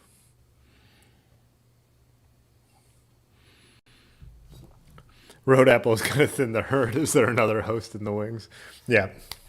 I'll be interested. I don't feel like I'm on the same kind of, like, and again, it's just like me and Pudgy were just talking about. Like, I'm riding it to, every time I ride it, just to better my times. The guys who are out in front are not, I'm not in their league. It's just I always like going out and seeing what my average speed is. But then also, like last year was super windy and the conditions were much tougher. So to see that I averaged 16 miles an hour last year, I was like, wow, that was really nice. But I don't feel like I'm on the form I was on last year. I was riding a lot of Zwift and putting in a lot of hard efforts on indoors, whereas I've definitely been a lot more just riding this year. So, oh yeah, you're 10:18, so nice.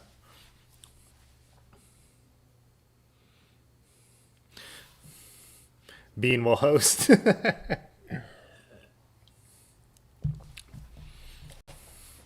Yeah, so again, I this event also supports like local charities, and I was saying this, I think on Tuesday, like you got to support the events that you care about, or they won't be around. So the fact that it's not going to be the same level of like the group sensation and fun isn't going to be there. You you know, it's like I want to give my money, show up, support it, even though we won't be congregating and all that. Just because when things can be normal again, I want this to be something that's still there, right? Rick, no, it's not even. They don't even call it a gravel ride, to be honest. So it's more like if you think of. Well, I don't think you watch racing, but it's like there's gravel segments. It's probably large Marge would have a better estimate of this number, but I would say it's probably 60% road maybe. But and none of the gravel is too gnarly, and some of it is bike path.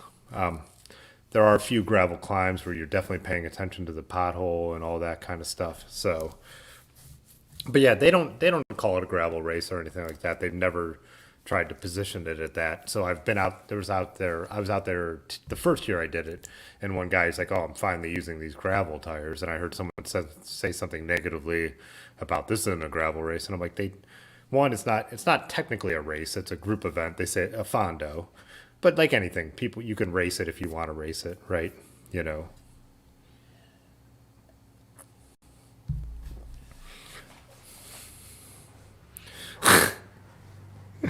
Oh man. I have let me I think I could pull that. Wait, this is the wrong.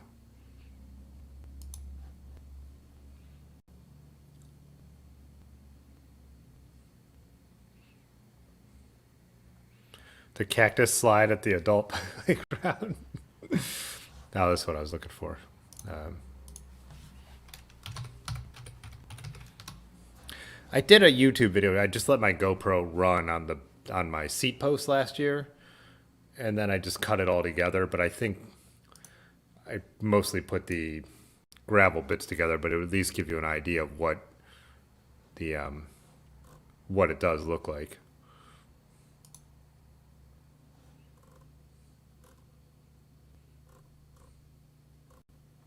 And it's really interesting to look back now because this was one of the last normal days before the pandemic.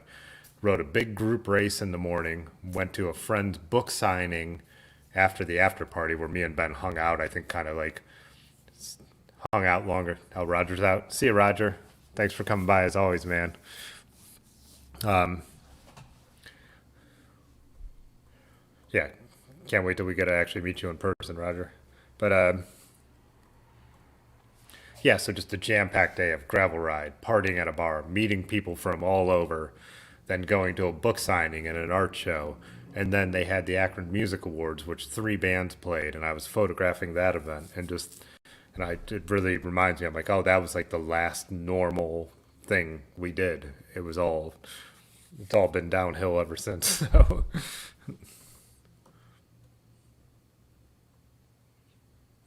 oh, there it is. Got it.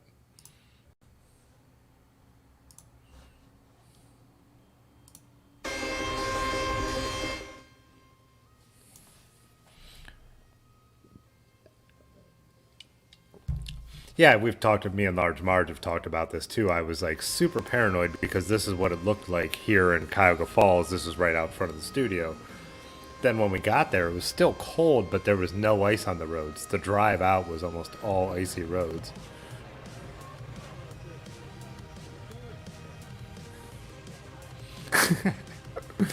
My friend's book signing was his own book about his life that was self-produced and everything. By the way, it was.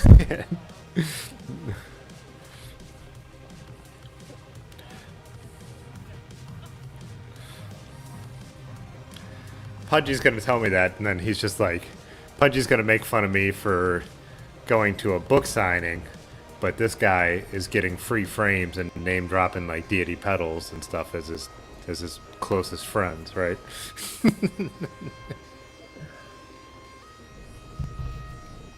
I was hanging out with his tiny little company. You may have heard of it. It's called Deity, but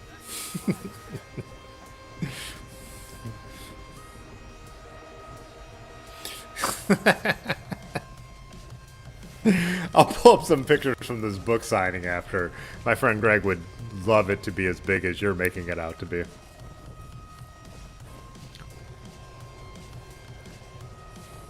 But as you can see here, this gives you an idea. These are more like, this is obviously on the flat, but the kind of gravel road, so it's not like, and those people on the tandem I've obviously had to throw in there.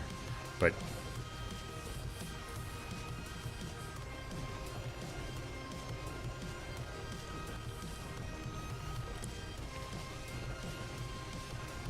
I like the rear camera because you just see it's just, I'm just straight dropping everybody, right?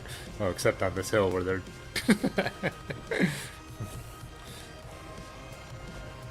Hopefully more people bring rear fenders this year.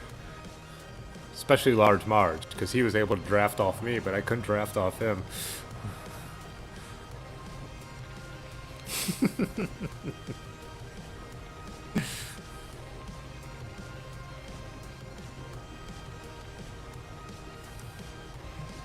I'm looking for coins in the ashtrays. I love that Large Marge there, like riding with this great smile on his face. Just really like, that's him 119, by the way. Sorry if I blew your anonymity, but you're in all my videos too, so.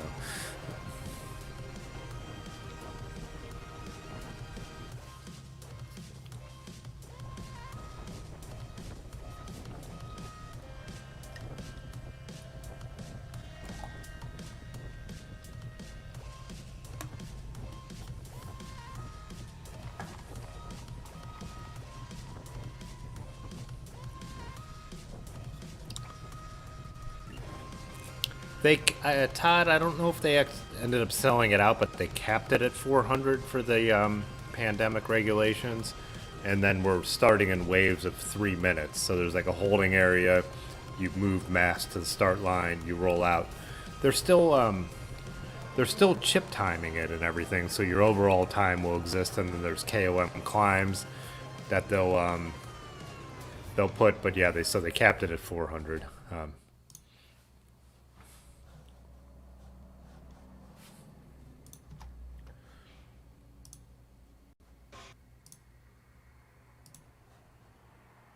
Sorry, getting all this back in order after the chat.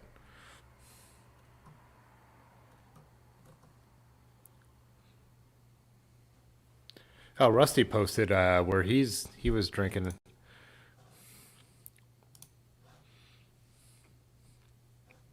his hometown spot. He said they'd been vaccinated, so he's not worried. Plus, they could sit outside in Arizona, right? So.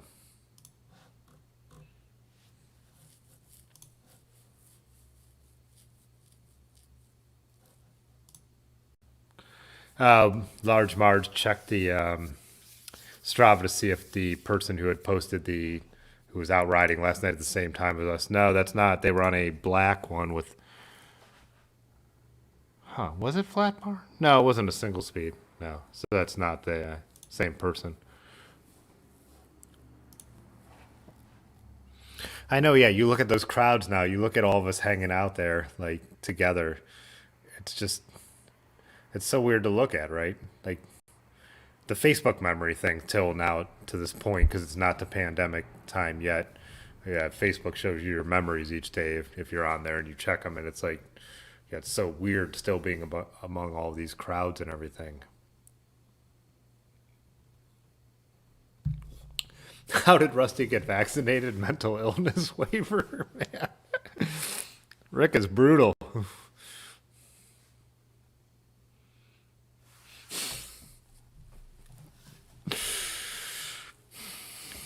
Even though your comment is sarcastic, Todd, one of the reasons, me and Large Marge have talked oftentimes about like great ideas. Yeah.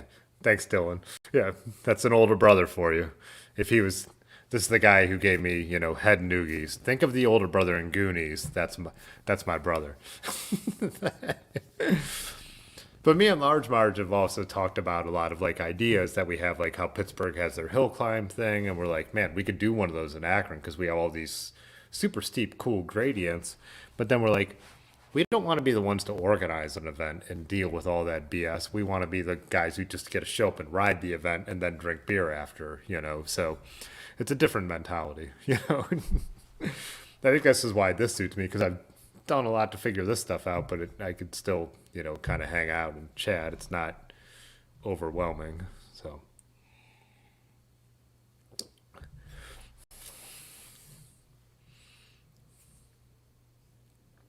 yeah, my friends growing up definitely the brother from Goonies is what they considered Todd. So,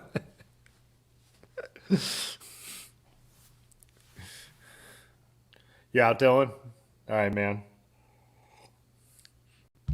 Treated me with Dylan. I'm bummed you're not going to see my pedal break graphic though, since you're leaving because I have the members one, but I did make another one for if I need to take another break with intensive motion graphics that are so dumb. It's so awesome, but I'll send you a link. See you, Dylan. Thanks for dropping by. Todd, see, that's the thing. You're like, I'll organize it, but you don't know about cycling. So then people like me and Large Marge end up having to give you all the information to organize it. It's like you need like you're a great salesman. You'd be great at putting it together. You'd be great at putting it out there, but you still need the knowledge from the people who need to do all this behind the scenes and stuff and who know about how bike rides like that go. So Jay Dandy said, "Did Large Marge smile the whole time?" Yeah, I know. When I watch that footage back, I'm like, that dude is just having a blast out there. Yeah, send the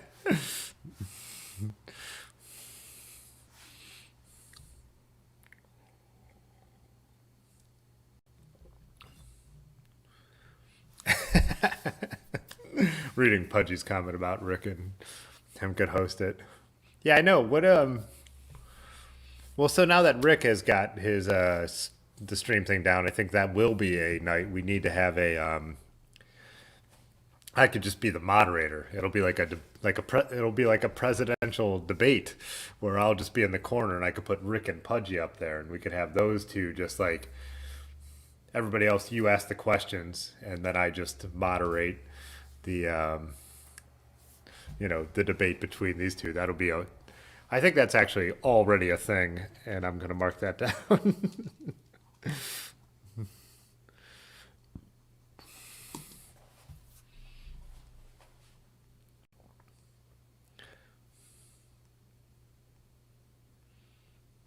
Yeah, Todd, yeah, absolutely a great team leader. That's my point. Me and Large Marge just don't want to get that into the weeds of doing that kind of thing. So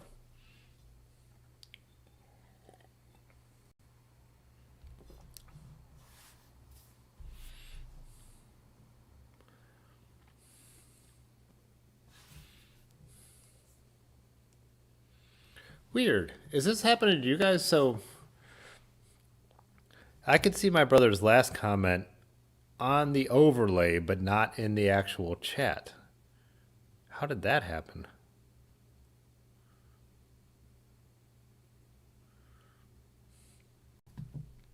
That is really strange. As you guys know about me, like I'm also obsessed with the technology of doing all that, of doing all of this, by the way. Jazz cabbage.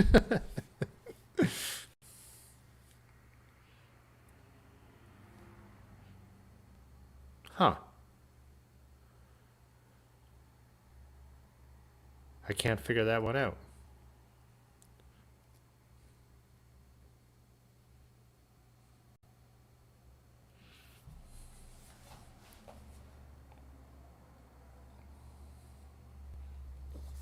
Oh.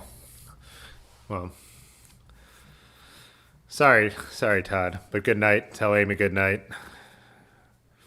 Did I block my own brother?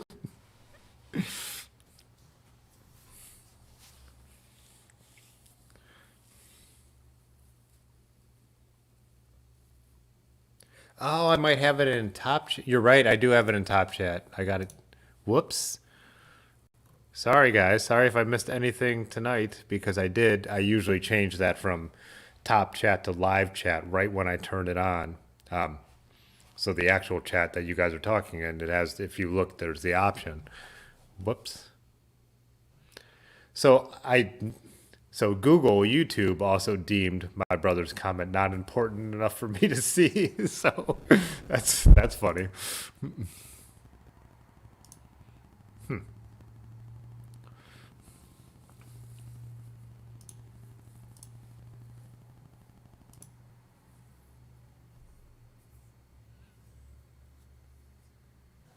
Oh, I did. Yeah, I gotcha. Sorry, the Pudgy, the delay that happens.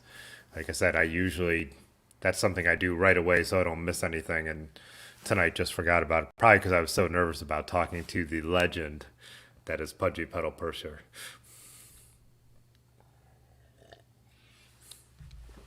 Oh, so I lost every yeah profanity comment.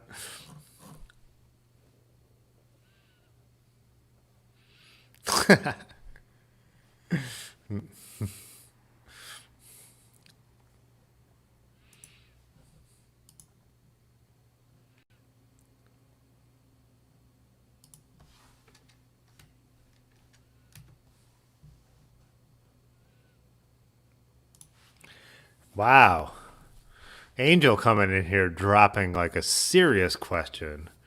Uh, I think I got to go with MJ. As much as I love Whitney and I want to dance with somebody, I mean, but she's not a bigger icon. Whitney's not a bigger icon than MJ. As much as I love her, I mean, that's just a clear fact. I mean, you can make a strong case for great Whitney songs, but yeah, MJ's definitely a bigger icon.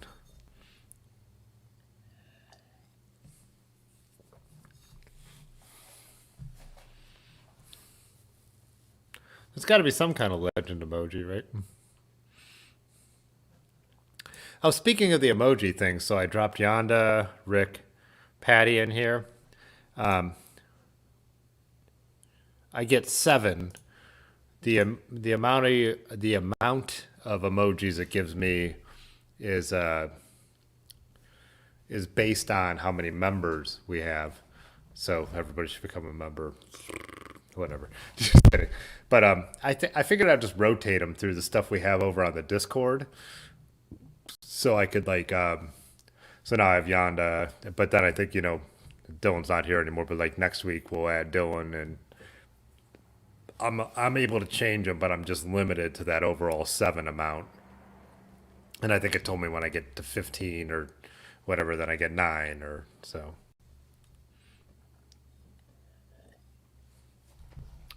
I will always love you is, I mean, that's just a killer song. That's a Dolly Parton song, actually, isn't it? That Whitney was covering for the soundtrack to The Bodyguard. Oh, you didn't think I knew my Whitney Houston when you jumped in here with those questions? Well, you were wrong.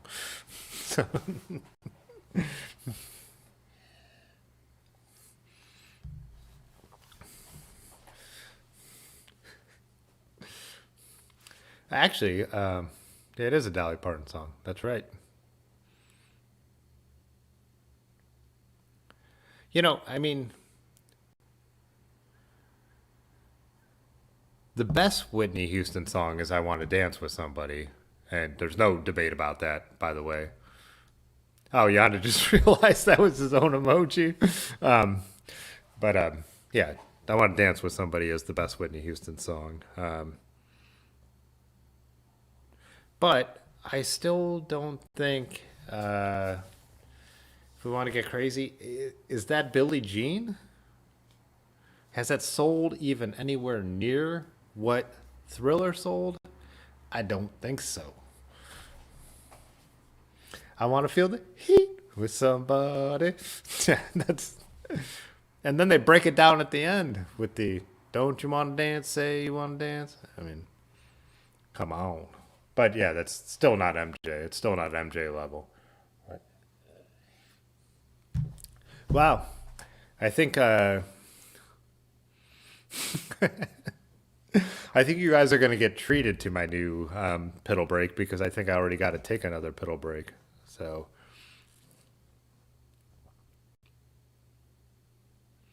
the national anthem. What is it? It's only quarter to 11 and I'd already drank that crowler. I'm not even crying with Rick yet. It's all around good night.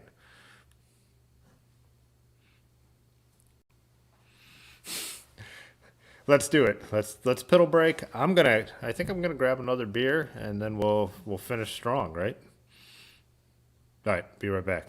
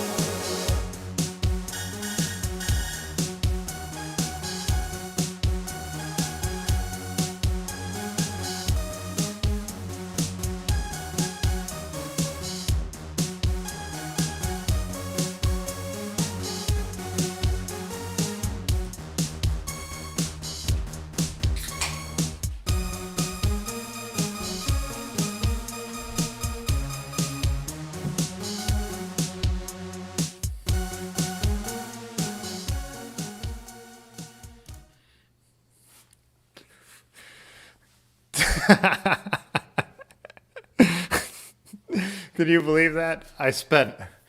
So hands I for the record, I did not like I did not like custom animate all that, or I did not do I like used motion graphics templates to modify into that. It still took my computer 30 minutes to render those Adobe After Effects files out and everything, but I was like, this is so stupid and amazing, and I'm like, I've got to make this as over the top as I can, right? I was so Patrick said the '80s called. It's looking for its piddle back. So I was kind of motivated by. I don't know if you guys have jumped over, Pixel Wolf, who did the anime or the graphic I use, as my logo now, the beer bikes thing. I jumped over to his. Well, I always jump over to Twitch streams when I have the chance, and like I saw like the stuff he was doing, and I'm like, it's not a direct influence because it's just this laser thing with the blue moon was my inspiration, that blue moon neon sign. But I'm like, oh yeah, I could do whatever I want. I might as well make something totally ridiculous and over the top, right? So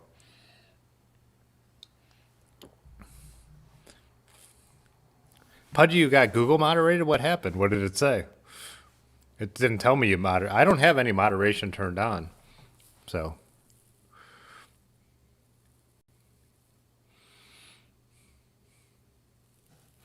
huh? You must have actually gone against the TOS, the terms of service, because yeah, I don't. I actually have no limitations on the chat in this. So,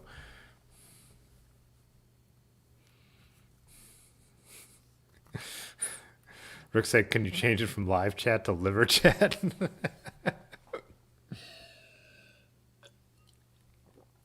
Yeah. So Stream Elements, so the bot, like when you guys do the stuff like that, I can have. Oh, you told me to go pee again so we could see it. But so I could have that bot also run moderation, and I could put in like terms. So like that one night when that guy jumped in here and just said the N word a bunch of times, which I probably should just do. I could actually have that bot like automatically not let those show and stuff like that, which is probably something worth doing just so you can put banned words and stuff like that. But as general moderation, I have nothing turned on from YouTube.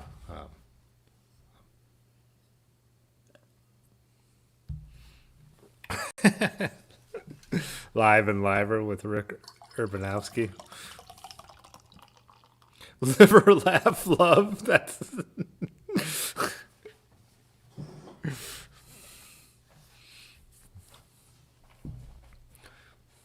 Rick. Did you? What were you doing? How did you miss the animation? Did you go piddle yourself? Get another gluten-free cider?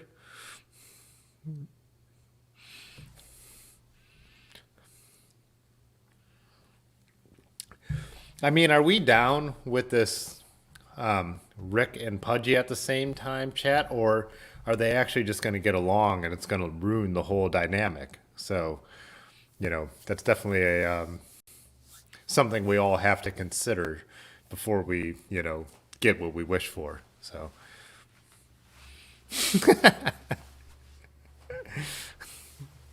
I'm always just yeah. So I'm Pudgy when I ramble about this stuff. It's because I'm like fascinated with the behind the scenes of how so much stuff works. Rick was spanking it.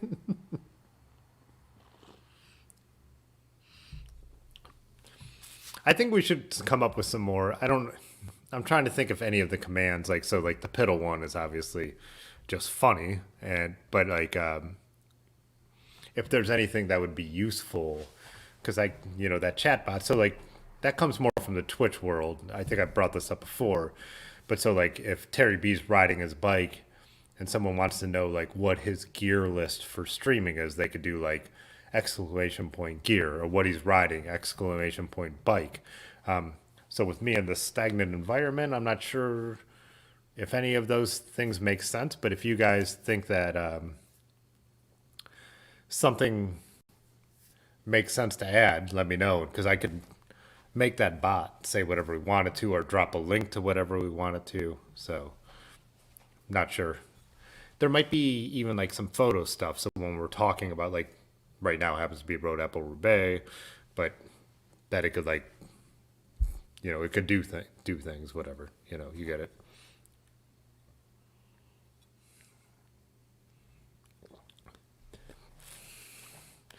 Invite art.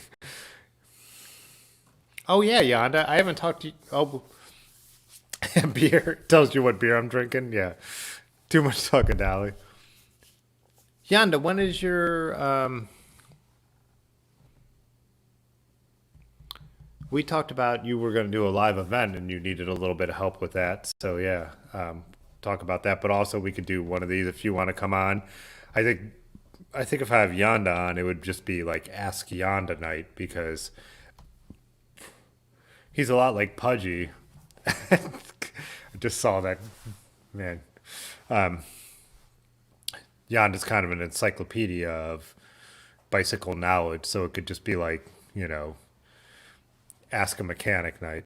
But Bob Dylan was just okay. That is not a command that's going to happen because it doesn't make sense. No computer could understand what that would mean. But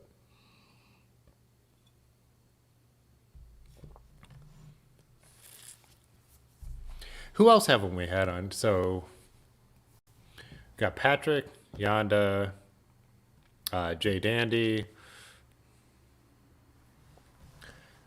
I can't see the list while I'm here chatting of who the members are to get through. Now, Erin, but I said we'll do Road Apple with her.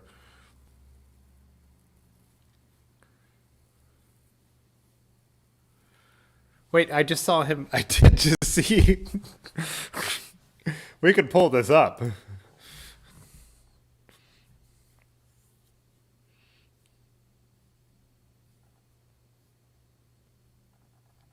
Running errands tonight, getting ready for a short cat sitting gig. What is the preparation for that, Jesus?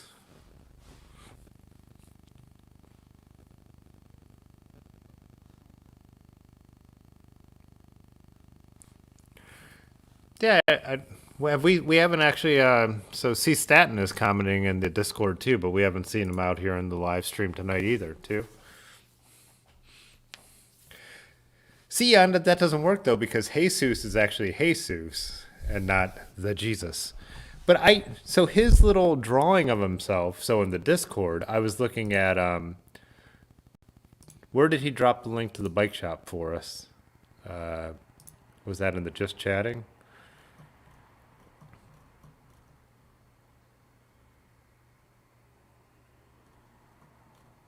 Because we were talking about the stickers he sent me last week. But there was a group chat or a group photo of his bike shop.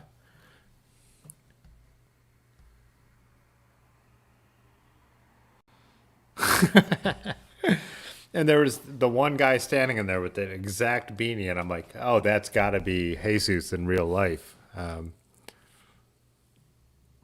thought it was in just chatting, but now I'm not finding it.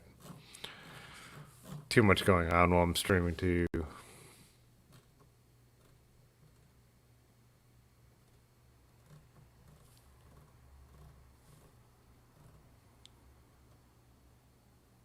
Yeah, it's a Big Lebowski reference. I didn't miss the reference. God. People.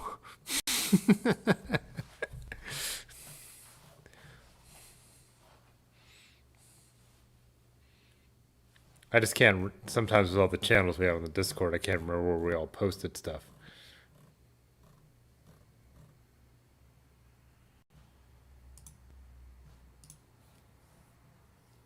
Can't find it. Dang it.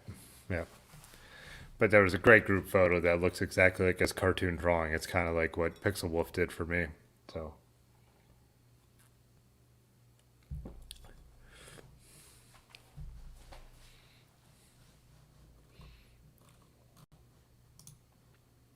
Oh, by the way, when we were looking at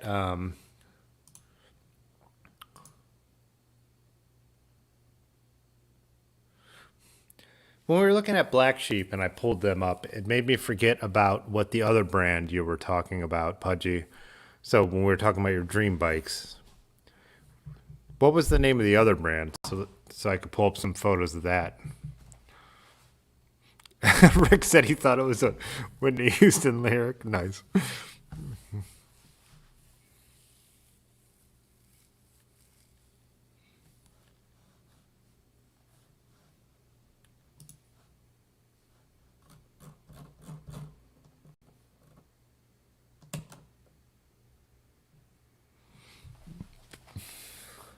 Oddity. Okay, yeah.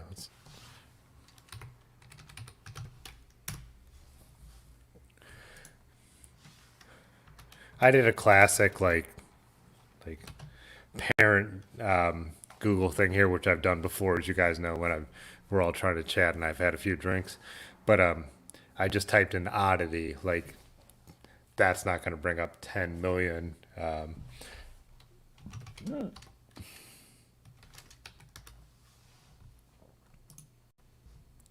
Here we go. Oh, Stooges. Yeah, that was the other one.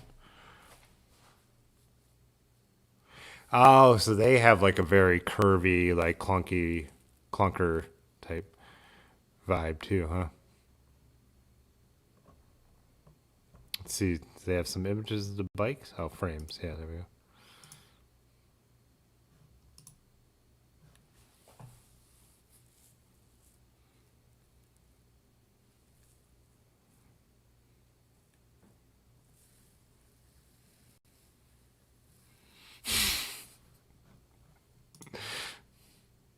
Oh, they actually have one called the Clunker, huh?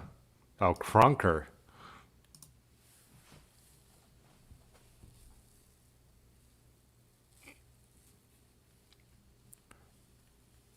Do they mostly do like the single speed thing? That's so far as Ghost Ship.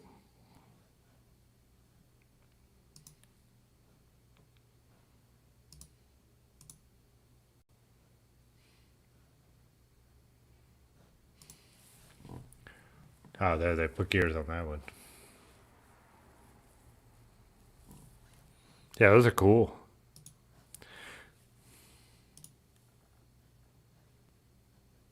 Wow, that's a cool looking frame set, huh? That's really unique.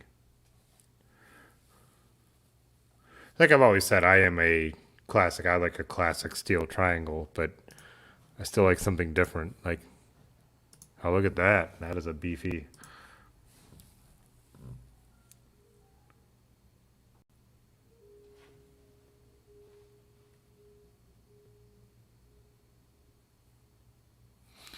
Rick said I should do bike portraits in the studio. I actually for the bikes I own, I did a series last winter. I think right around the pandemic, going through like my bikes, and I did like a where they all had the same kind of lighting, and I was going for a very professional lit look. Uh, what is this one? Oh, sorry, I didn't have that centered.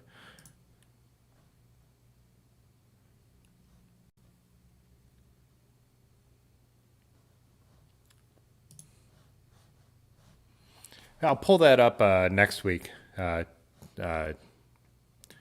Rick, I'll pull up that series and show you some of that stuff. I tried to do a very cool studio lighting thing on the bikes, but Jade Andy said clunky with the bottle cages for the win. Yeah.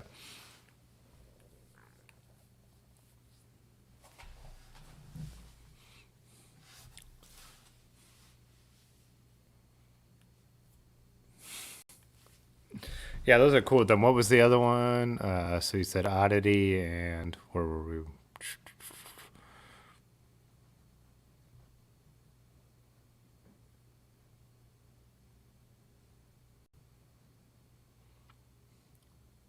Stooge. Yeah, that's right. Stooge Cycles.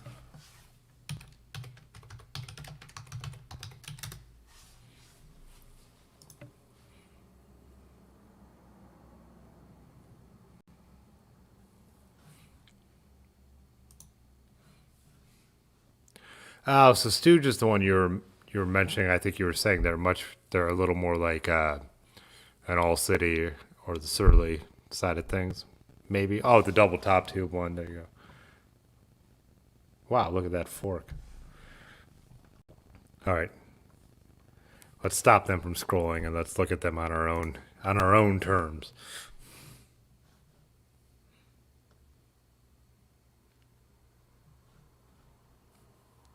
Man, they love the animated website.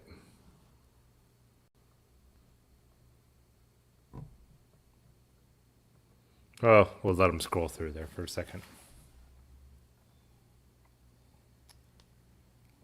But these are definitely beautiful. These are definitely well photographed bikes. Speaking of photography, this is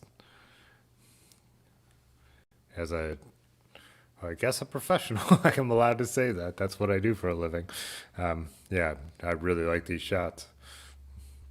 I really like these bikes. Are very cool looking too.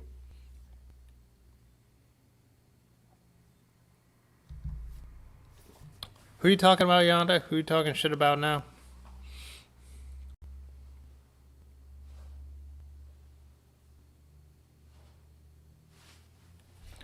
Yonda, you're someone who would yell at me on the phone about for 20 minutes about different grips.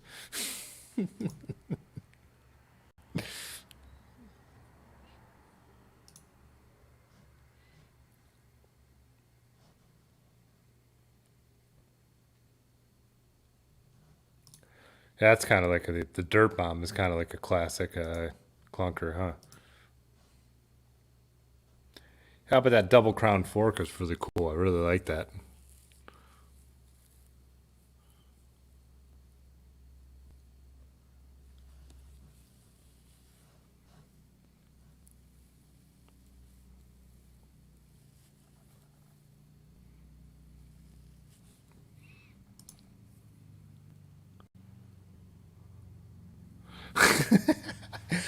Yanda, I don't even know who you're talking about. Give me some context. Yellowbird Instagram. I'm gonna follow Pudgy's directions.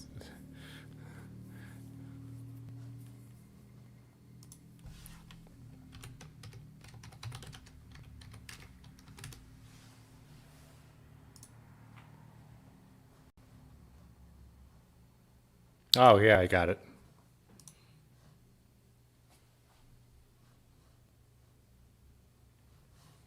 Unfortunately, Instagram doesn't let me.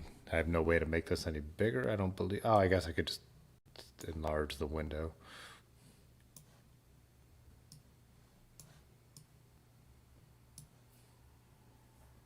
Very cool.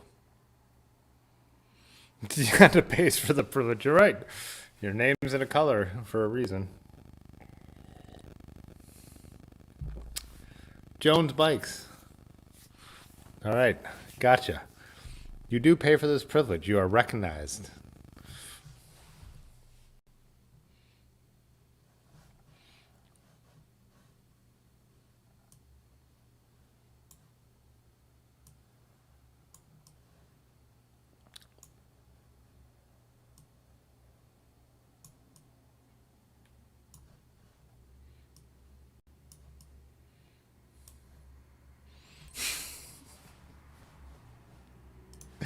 Yanda, I hope you're not getting heated there at home. There's a baby. There's a wife involved.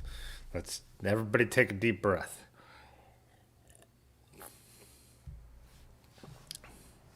Let's look at more bike pics. What else? What does everybody else like? Yanda wants to see some Jones bikes. That's the bike company he loves.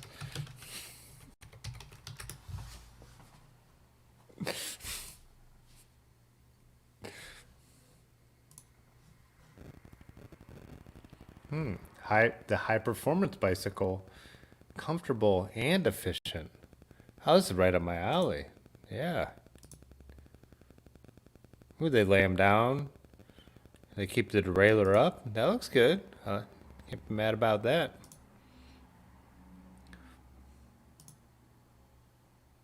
Ooh, baby blue. That sounds like something Yanda would dig. Some Jones bars on there. Oh, a little Jones bag between the handlebars. That looks nice.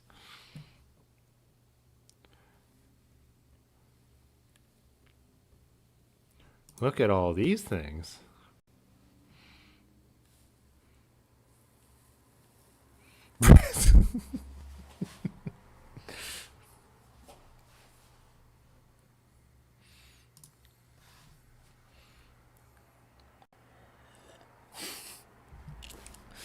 Leave them a 5-star review. Why don't you guys help me write it?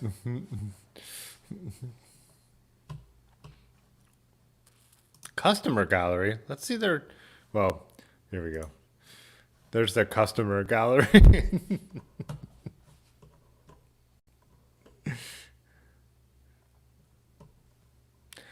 Rick, I've never watched Jones YouTube videos, to be honest, but if it'll give, it's probably a good idea.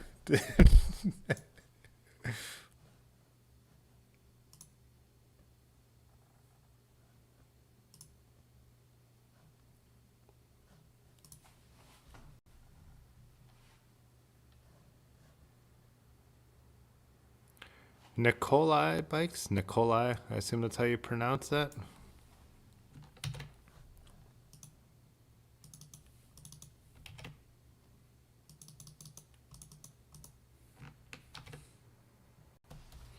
Guess I just got to spell it out. Nikolai.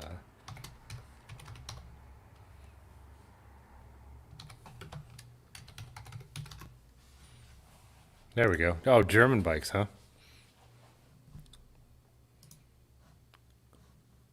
Translate 9.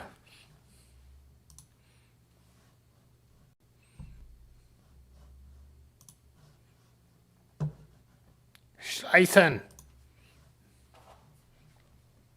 Frames. There we go.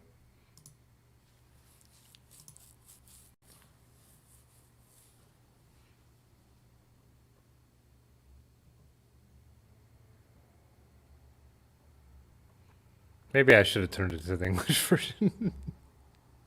Bikes. There we go.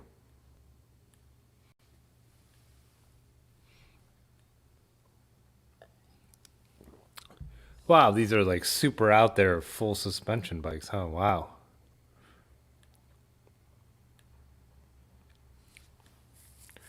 Rake for days.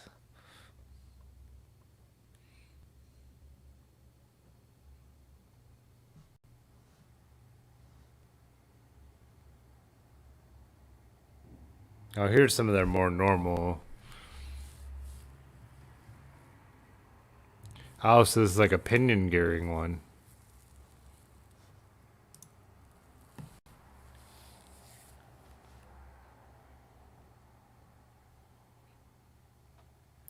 Are these tie or aluminum? I didn't.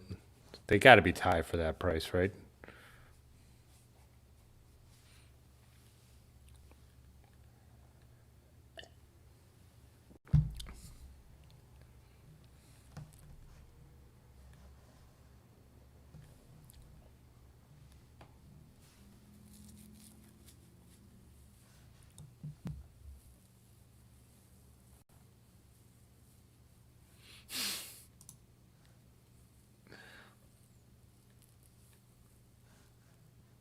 Nikolai Nucleon. All right, let me get a handmade aluminum. I didn't know anyone did that.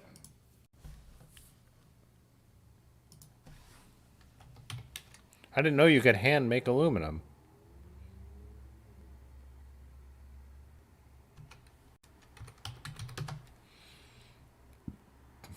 Nucleon.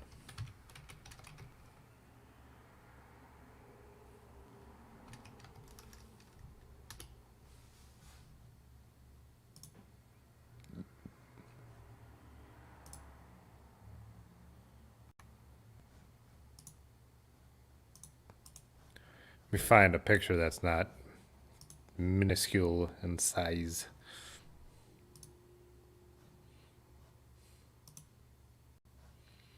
So, people who don't know how to DSO stuff, you know what I mean? Oh, there's the frame. Oh, God, it's tiny. Sorry, we'll pull it up anyways.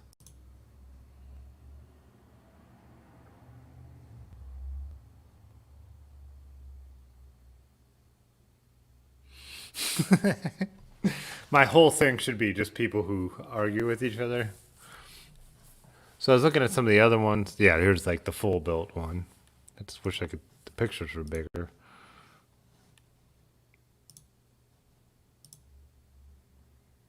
What the hell is that?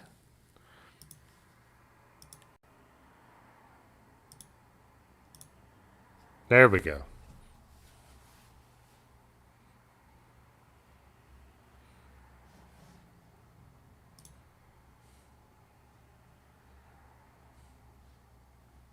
Wow. Yeah, that is some gnarly shit.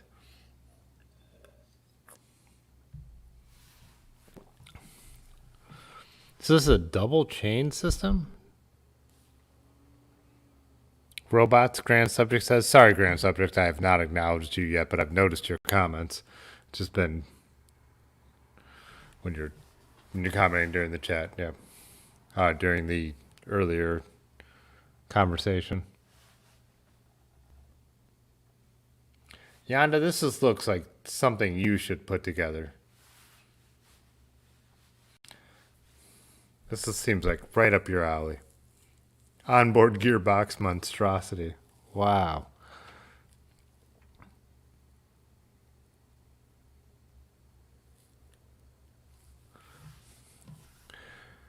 This is like everything. So, like, it's like so interesting and stuff to look at. But like, that's what I was saying about the safety bike when we were talking, Pudgy. It's like, man, one of the best things about bikes is like the simplicity, like the parallelogram rear derailleur. Like it's been improved a million times, and the improvements have made it better, but it still works the way it should work. And like over engineering things just makes it so much harder what happens when something goes wrong with that bike on the trail? Like, but again, these are guys who are riding up a lift, right? So,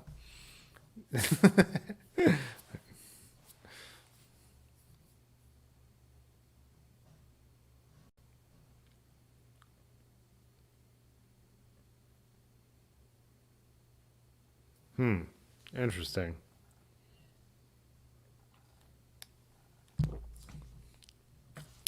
I mean, I think, like I said, it's part of the reason I like vintage bikes because, like, I can mess with those. I know what I'm doing. I just don't. I don't want a piece of technology. Like, that's if I was a racer. If I was riding in Strada Bianca on Saturday, I would want Di2 and I would want ETAP. I'm not. Like, I want to be able to, deal with my own stuff. Oh, Yonda wants me to bring up Zankanato.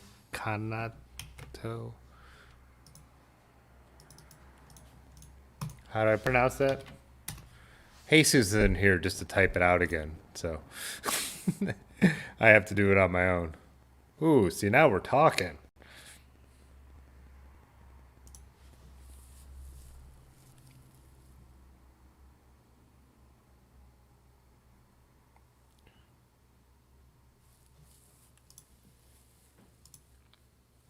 Do they make like a? No, wow, that design, it almost looks like a Le Mans, you know? Oh, there's a cleaner one with an NV fork, huh?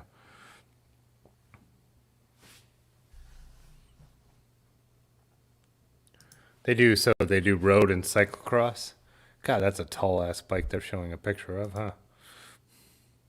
No problem. I mean, I'm 6'1". That looks like a Le Mans. Look at that. That is like,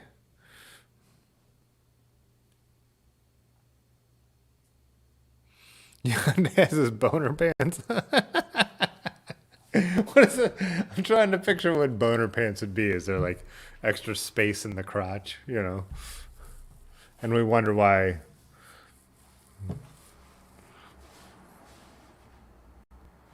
Was that a radiant?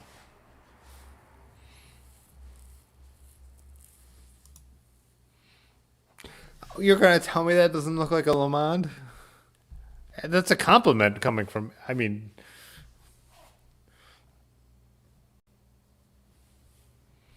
I like it, and it's totally my style. So it's. I know you guys are looking at that as an insult, but to me, that's a compliment. Titanium rim brake frame only 3,200. Titanium disc brake frame only 3,400. Welded steel rim brake frame. Welded steel rim brake frame. Oh, rim brakes. Yeah, I'm reading the wrong cadence. 2,150. What's the steel he uses for the whiskey number 9 CX disc fork 520? Whiskey number 7 CX Canty fork. Why is anyone gonna fuck with cantilevers anymore? No offense to anybody who likes cantilever brakes, but to me, it's like I like rim brakes. I was talking, when we had Dylan on, we were talking about like, you've got my 9-speed Dura Ace rim brakes are the best brakes I own. I don't care what anyone says, but I guess for the mud clearance, I get it, but I just really think like cantilever brakes don't have that much of a place. Go disc, go rim. This is not a comment on the company. I'm just saying that I don't know why that still should be a thing. I do like these bikes. They're very cool. Road 32. Yeah, that's everything. So does it mean 32-inch clearance on the road?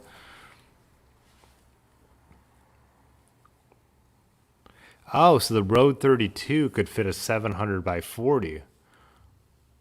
Oh, this is Yonder. You're right. This is completely up my alley. I wish it could make it bigger.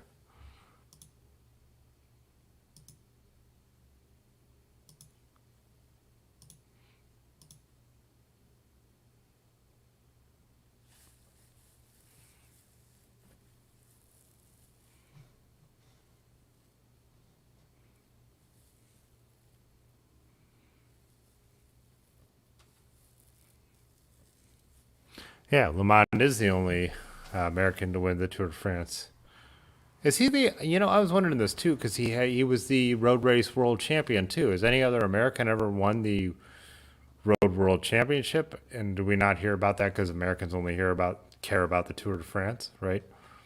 So Yonda loves cantilevers, of course, but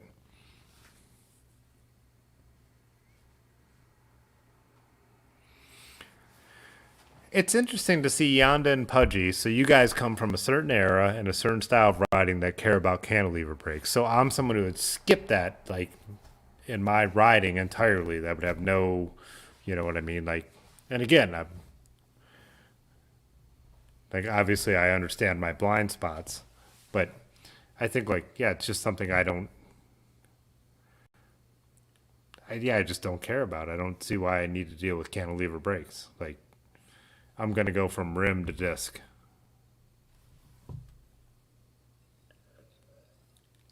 Grand Subject said he personally loves the feeling of riding a tall steel road frames. Me too. So even the city cruiser I'm just working on right now, I just love its tall steel frame, and then I could build it up any way I want. And I was able to fit because I went from 700 or they would have it would have been a 27 bike and rim size, and I went to 700C. I am able to fit 38s on it, but it's still a tall steel frame. You know, these are beautiful, Yonda. Welded steel frame, $2,100. If I was spending money on anything, it would be like new and the road frames fit 40s. This is something I would go with. Oh, at 650B, you could put 47s on it. So yeah, that would be something cool to put like a 42 with fenders on one of these frames, right? Or whatever the biggest size you could fit with fenders. That would be, yeah, definitely right up my alley.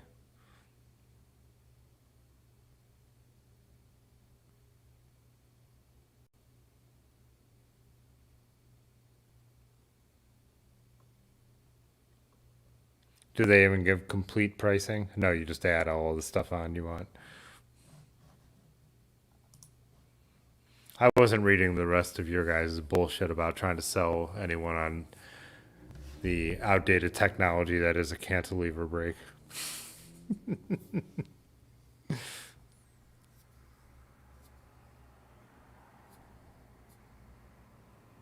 Now I'm catching up.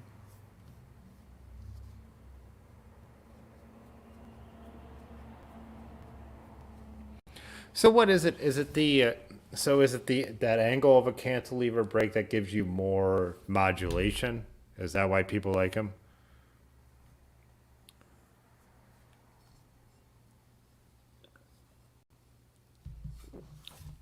Oh, you end up saying yeah, it's custom and over a year out. So yeah, if we were talking, we were talking dream bikes earlier. This would be up on my list. Those are very cool bikes. To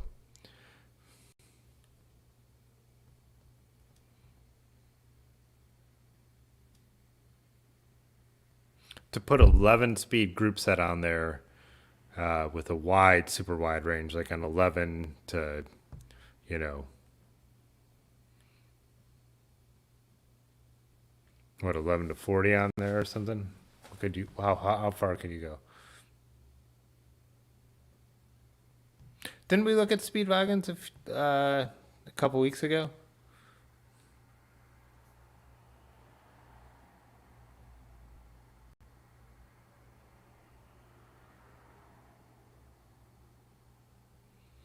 You worked with someone that built frames with him in his very early days of brazed lug frames. That's how you became familiar with him.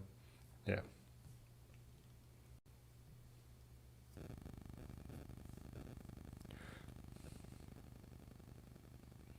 I don't have boner pants. I'm out there and I'm loving it.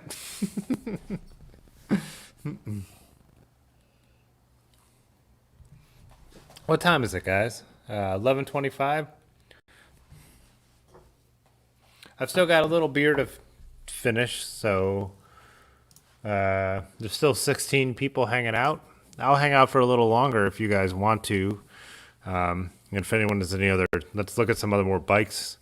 Drop them in there. I am going to Pedal one more time. Did we lose Large Marge? Did Large Marge pass out? I haven't heard him for a while since he said boner pants. All right. Rick, are you still here? You're going to see the pedal break. Pedal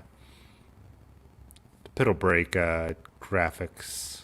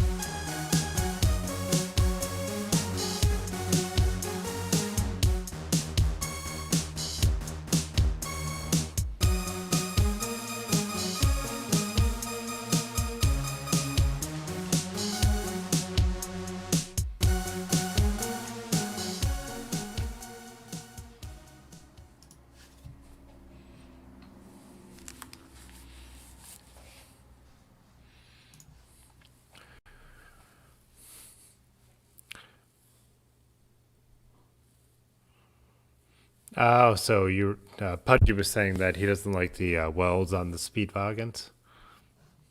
Didn't we look at we did we never look up Spooky? I thought we did. Sorry. I did it again. I typed in Spooky.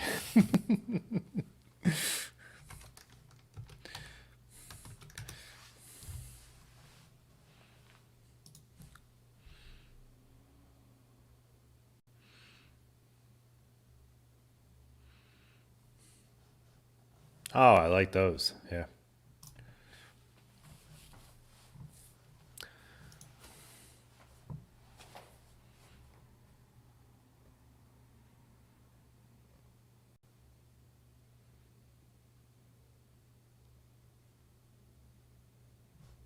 Okay, we got it.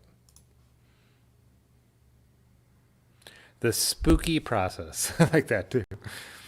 Where's their bike selections? Let's look at the gravel bikes.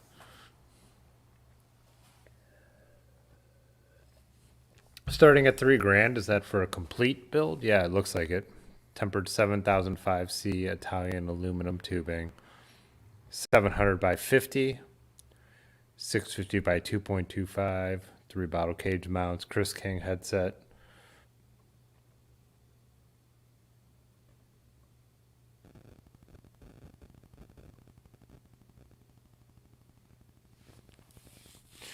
This is another thing too for talking about like aluminum bikes when we do. Once you get up to like tires that are like 50 and you're going to run them at like a low enough pressure, the stiffness of aluminum I don't think is going to be an issue at that point. Whereas like my Trek 1500 that can only clear 28s, like that bike beat the hell out of me. Like when I was climbing a hill, like me and Pudgy were talking about some of the like climbs around here when I was going for it, you could kind of appreciate that stiffness, but old school aluminum from like the mid 2000s and on skinny tires was a brutal thing. But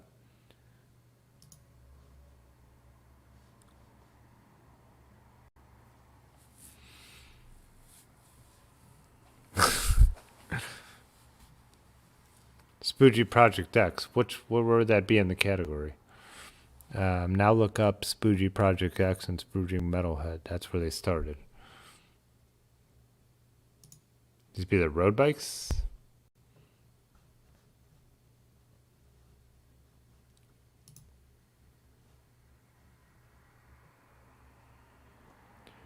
They just have a list of frames, or nah, or nah.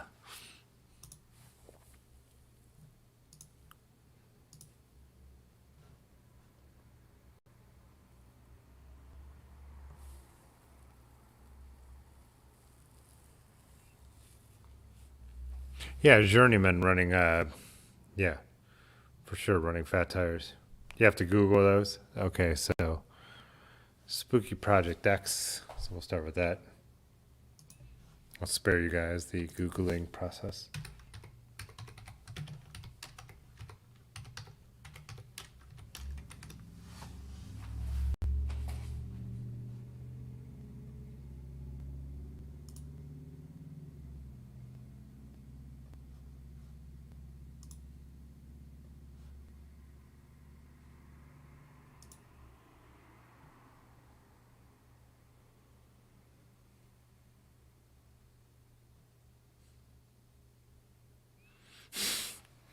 This looks like the kind of stuff we were looking at before.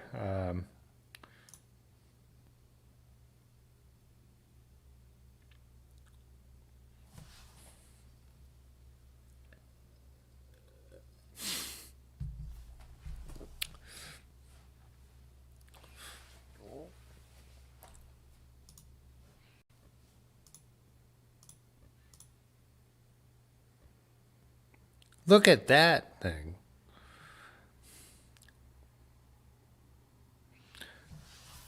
He deleted your comment. That's where Spooky started from? Wow. Look at that. It's like a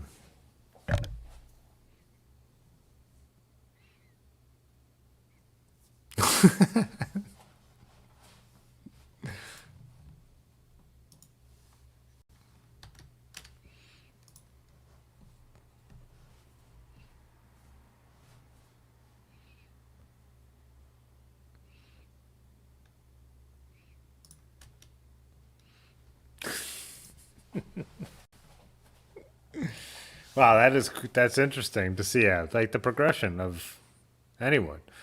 But yes, it's interesting. I think I was talking about this. I can't remember which stream, but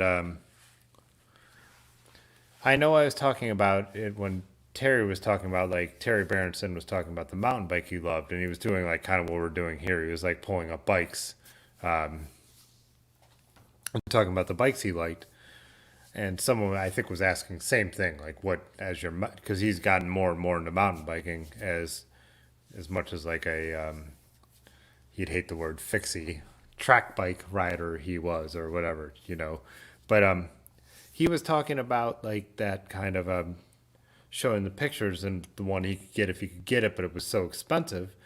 And he was like, "Oh, that's a good looking bike." And he's showing a mountain bike, and I'm like, "Mountain bikes never look good. Like they're utilitarian. Like they're designed to function for a specific terrain, and there's nothing wrong with that. But there's no mountain bike that I ever look at a picture of and I'm like, that's a good looking bike. Like I bought my Trek 500 on Craigslist on like total like thing where I like messaged the guy and I find myself in the car because I underbid him and he said he would take it for like 250, and I'm driving home with this bike in the back that I know I don't need a down tube shifting 1982 Trek 500 because it looks cool, to me. And I know everyone has a different opinion of that stuff. But, then when I did convert it to a Neo Retro build, I'm like, now this is a bike that looks beautiful and functions the way I can ride it. But like I said, I'm not hating on mountain bikes, like or downhill bikes or enduro bikes, but I don't think they look cool. You know what I mean? They're technology. They don't. I don't know. They're utilitarian. They're objects designed to do the best at what they can do, and yeah.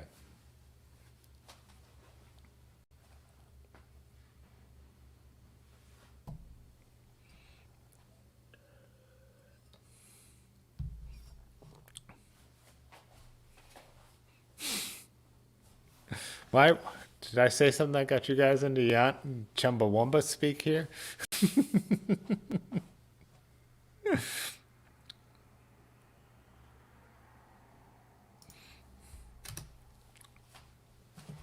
As I rant about how ugly mountain bikes are.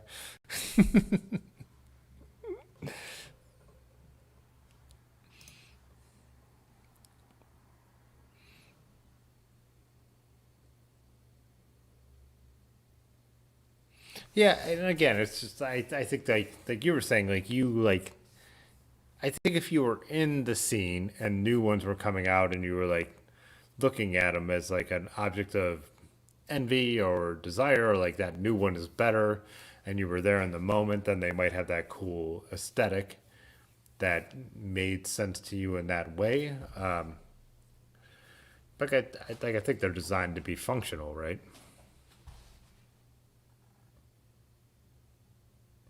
Chumbawamba is a bike company.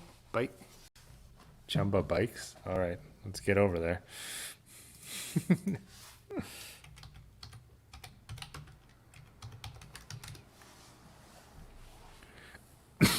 Excuse, excuse moi. Oh, okay. So this all makes a lot more sense now. Yeah.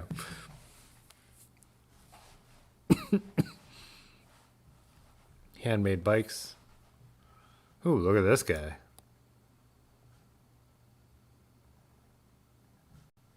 Okay, I get it. You have cookies.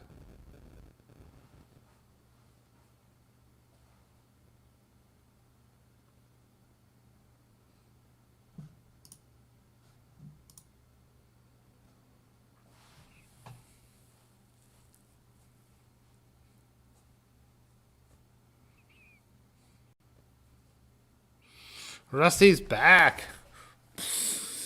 I don't have a Rusty's back graphic. It would be great if I did. Like,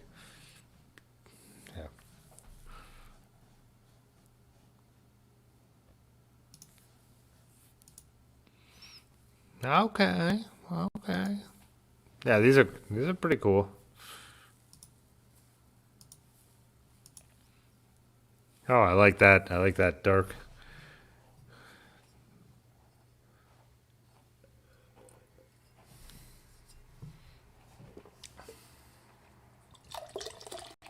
Oh, look what we have here.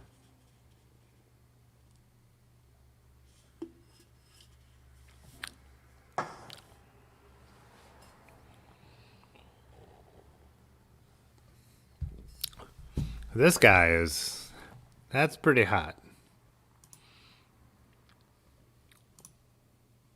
I'm not mad about any of these, to be honest. How to order. Sign me up. What do their all road bikes look like?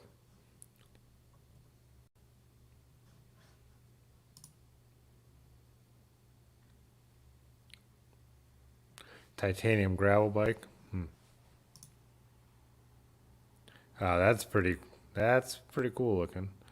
Yeah, running a rotor crankset on that shit. 700 by 50.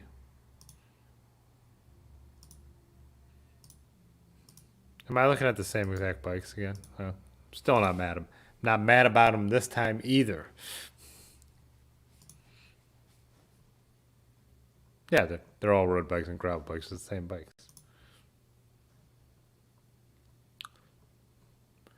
See that one with the pretty looking Shimano stuff on it. Not that fucking. What's going on?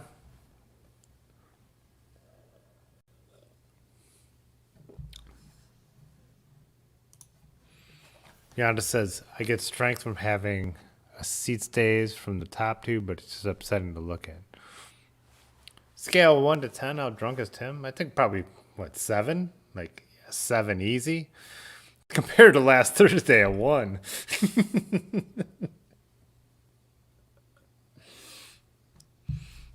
We are 3 piddles in. We are 3 piddles in.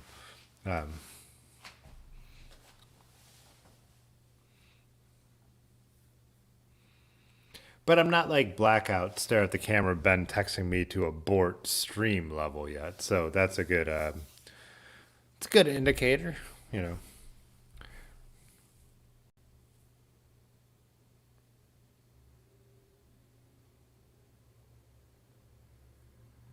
Frick said a 6. Yeah, I'm comfortable with a 6. I think I'm about a 6. I'm feeling all right. And I'm not, like I said, I'm not staring at the camera. I'm not Salatek said, "Can you recommend any additional information on your area of any notice, even in Norks?"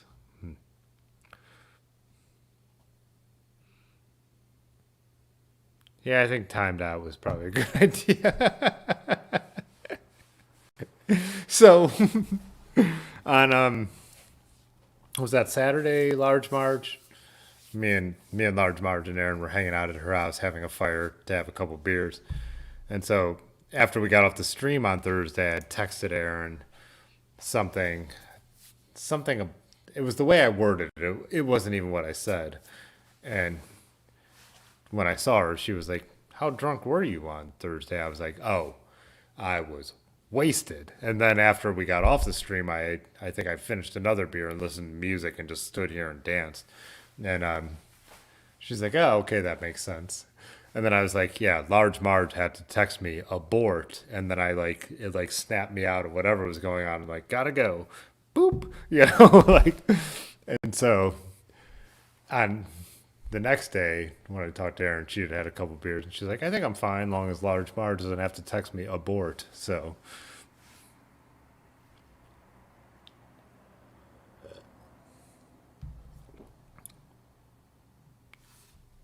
oh yeah, dun dun dun dun dun. Dun. Play me off, Sammy.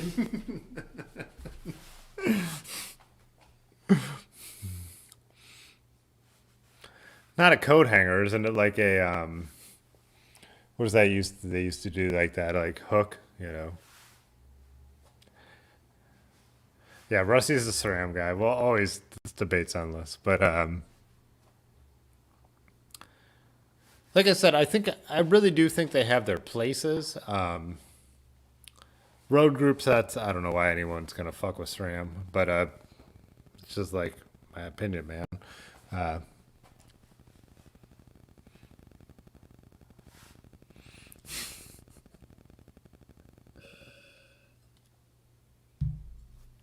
oh, just,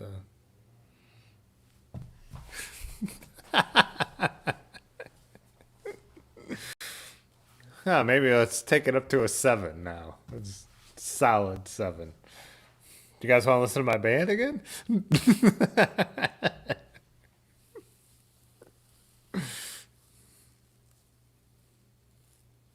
Ah, wow. Not as pop culture aware as I used to be.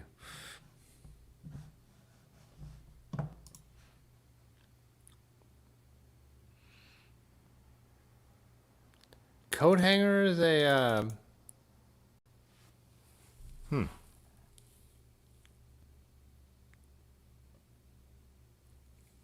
oh, you and Yonda would get along fantastically. Or you would get along horribly because it would be like too much of a good thing.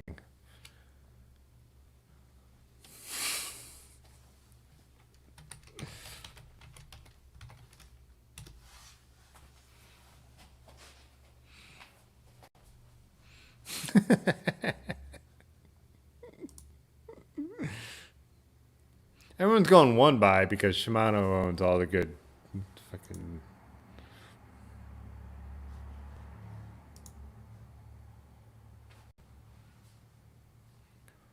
One by is the devil's drivetrain.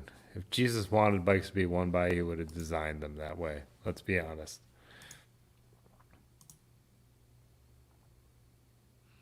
Oh, I made the Lebowski reference. Yeah. Play me off, Sammy.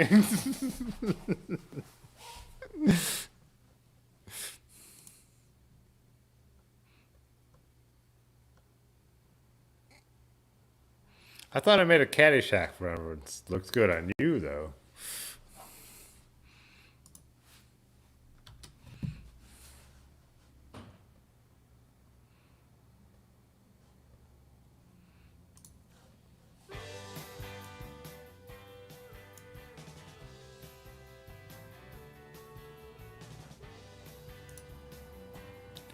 You know what front derailleurs do? They separate the men from the men.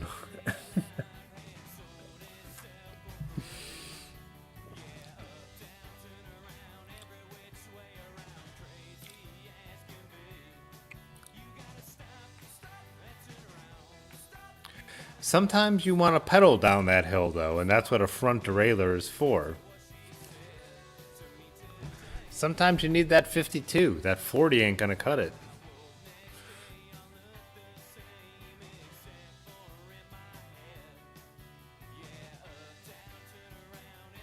Yeah, you guys are a bunch of nerdy mechanics talking about stuff, but like...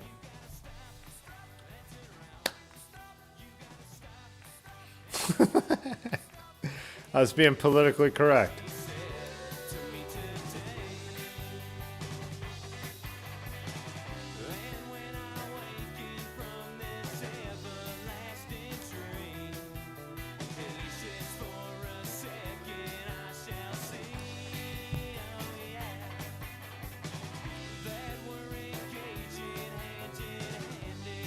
You have a 52 tooth? Damn. That's my next design. It's gonna be 5211, bitches.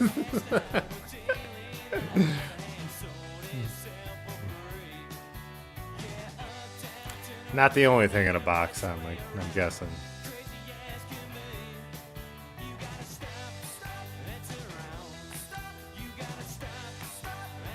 They don't look shitty. Dura-Ace, 9-speed Dura-Ace front derailleurs don't look shitty. That's a goddamn lie.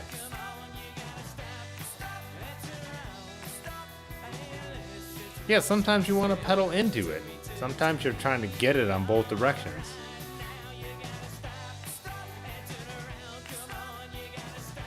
Yeah, Ben, Large Mod, you're out there pedaling like Gabriel.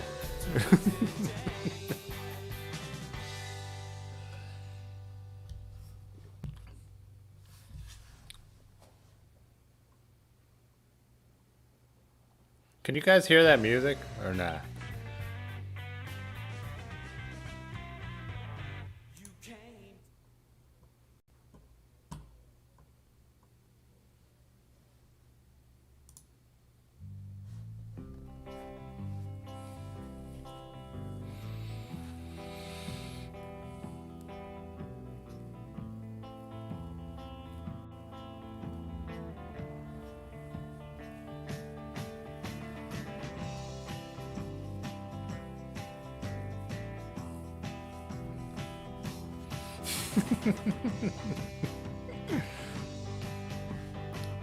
I'm not cutting you off.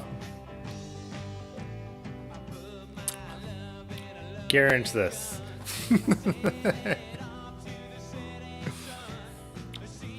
2x for life. As I build a single speed in the basement.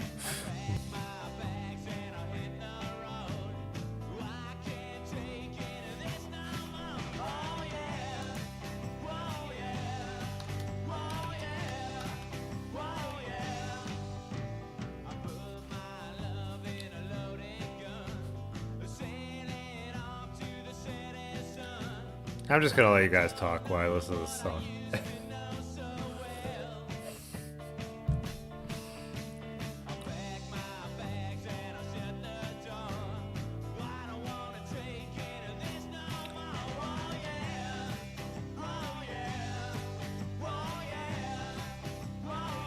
We recorded this on a cassette 4-track in my friend Pete's basement.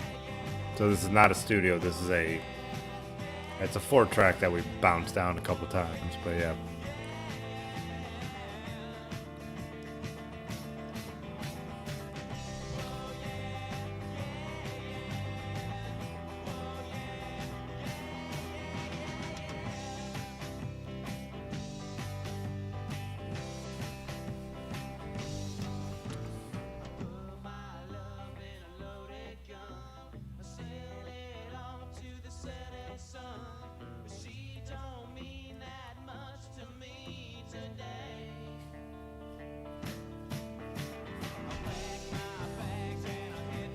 No, this is one of the few songs our singer actually wrote. Because the guitar, we were a lot like the Who, where the guitar player was the talented. The guitar player was the songwriter. The singer just sang the songs, but this was actually one of the singer's songs. So.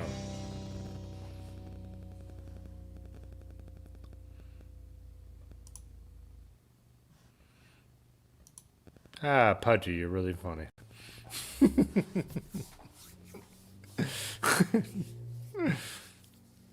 Oh, what do you say? Should we wind it down? It's got to be almost midnight, right? 11:51. You guys got to work. Thanks.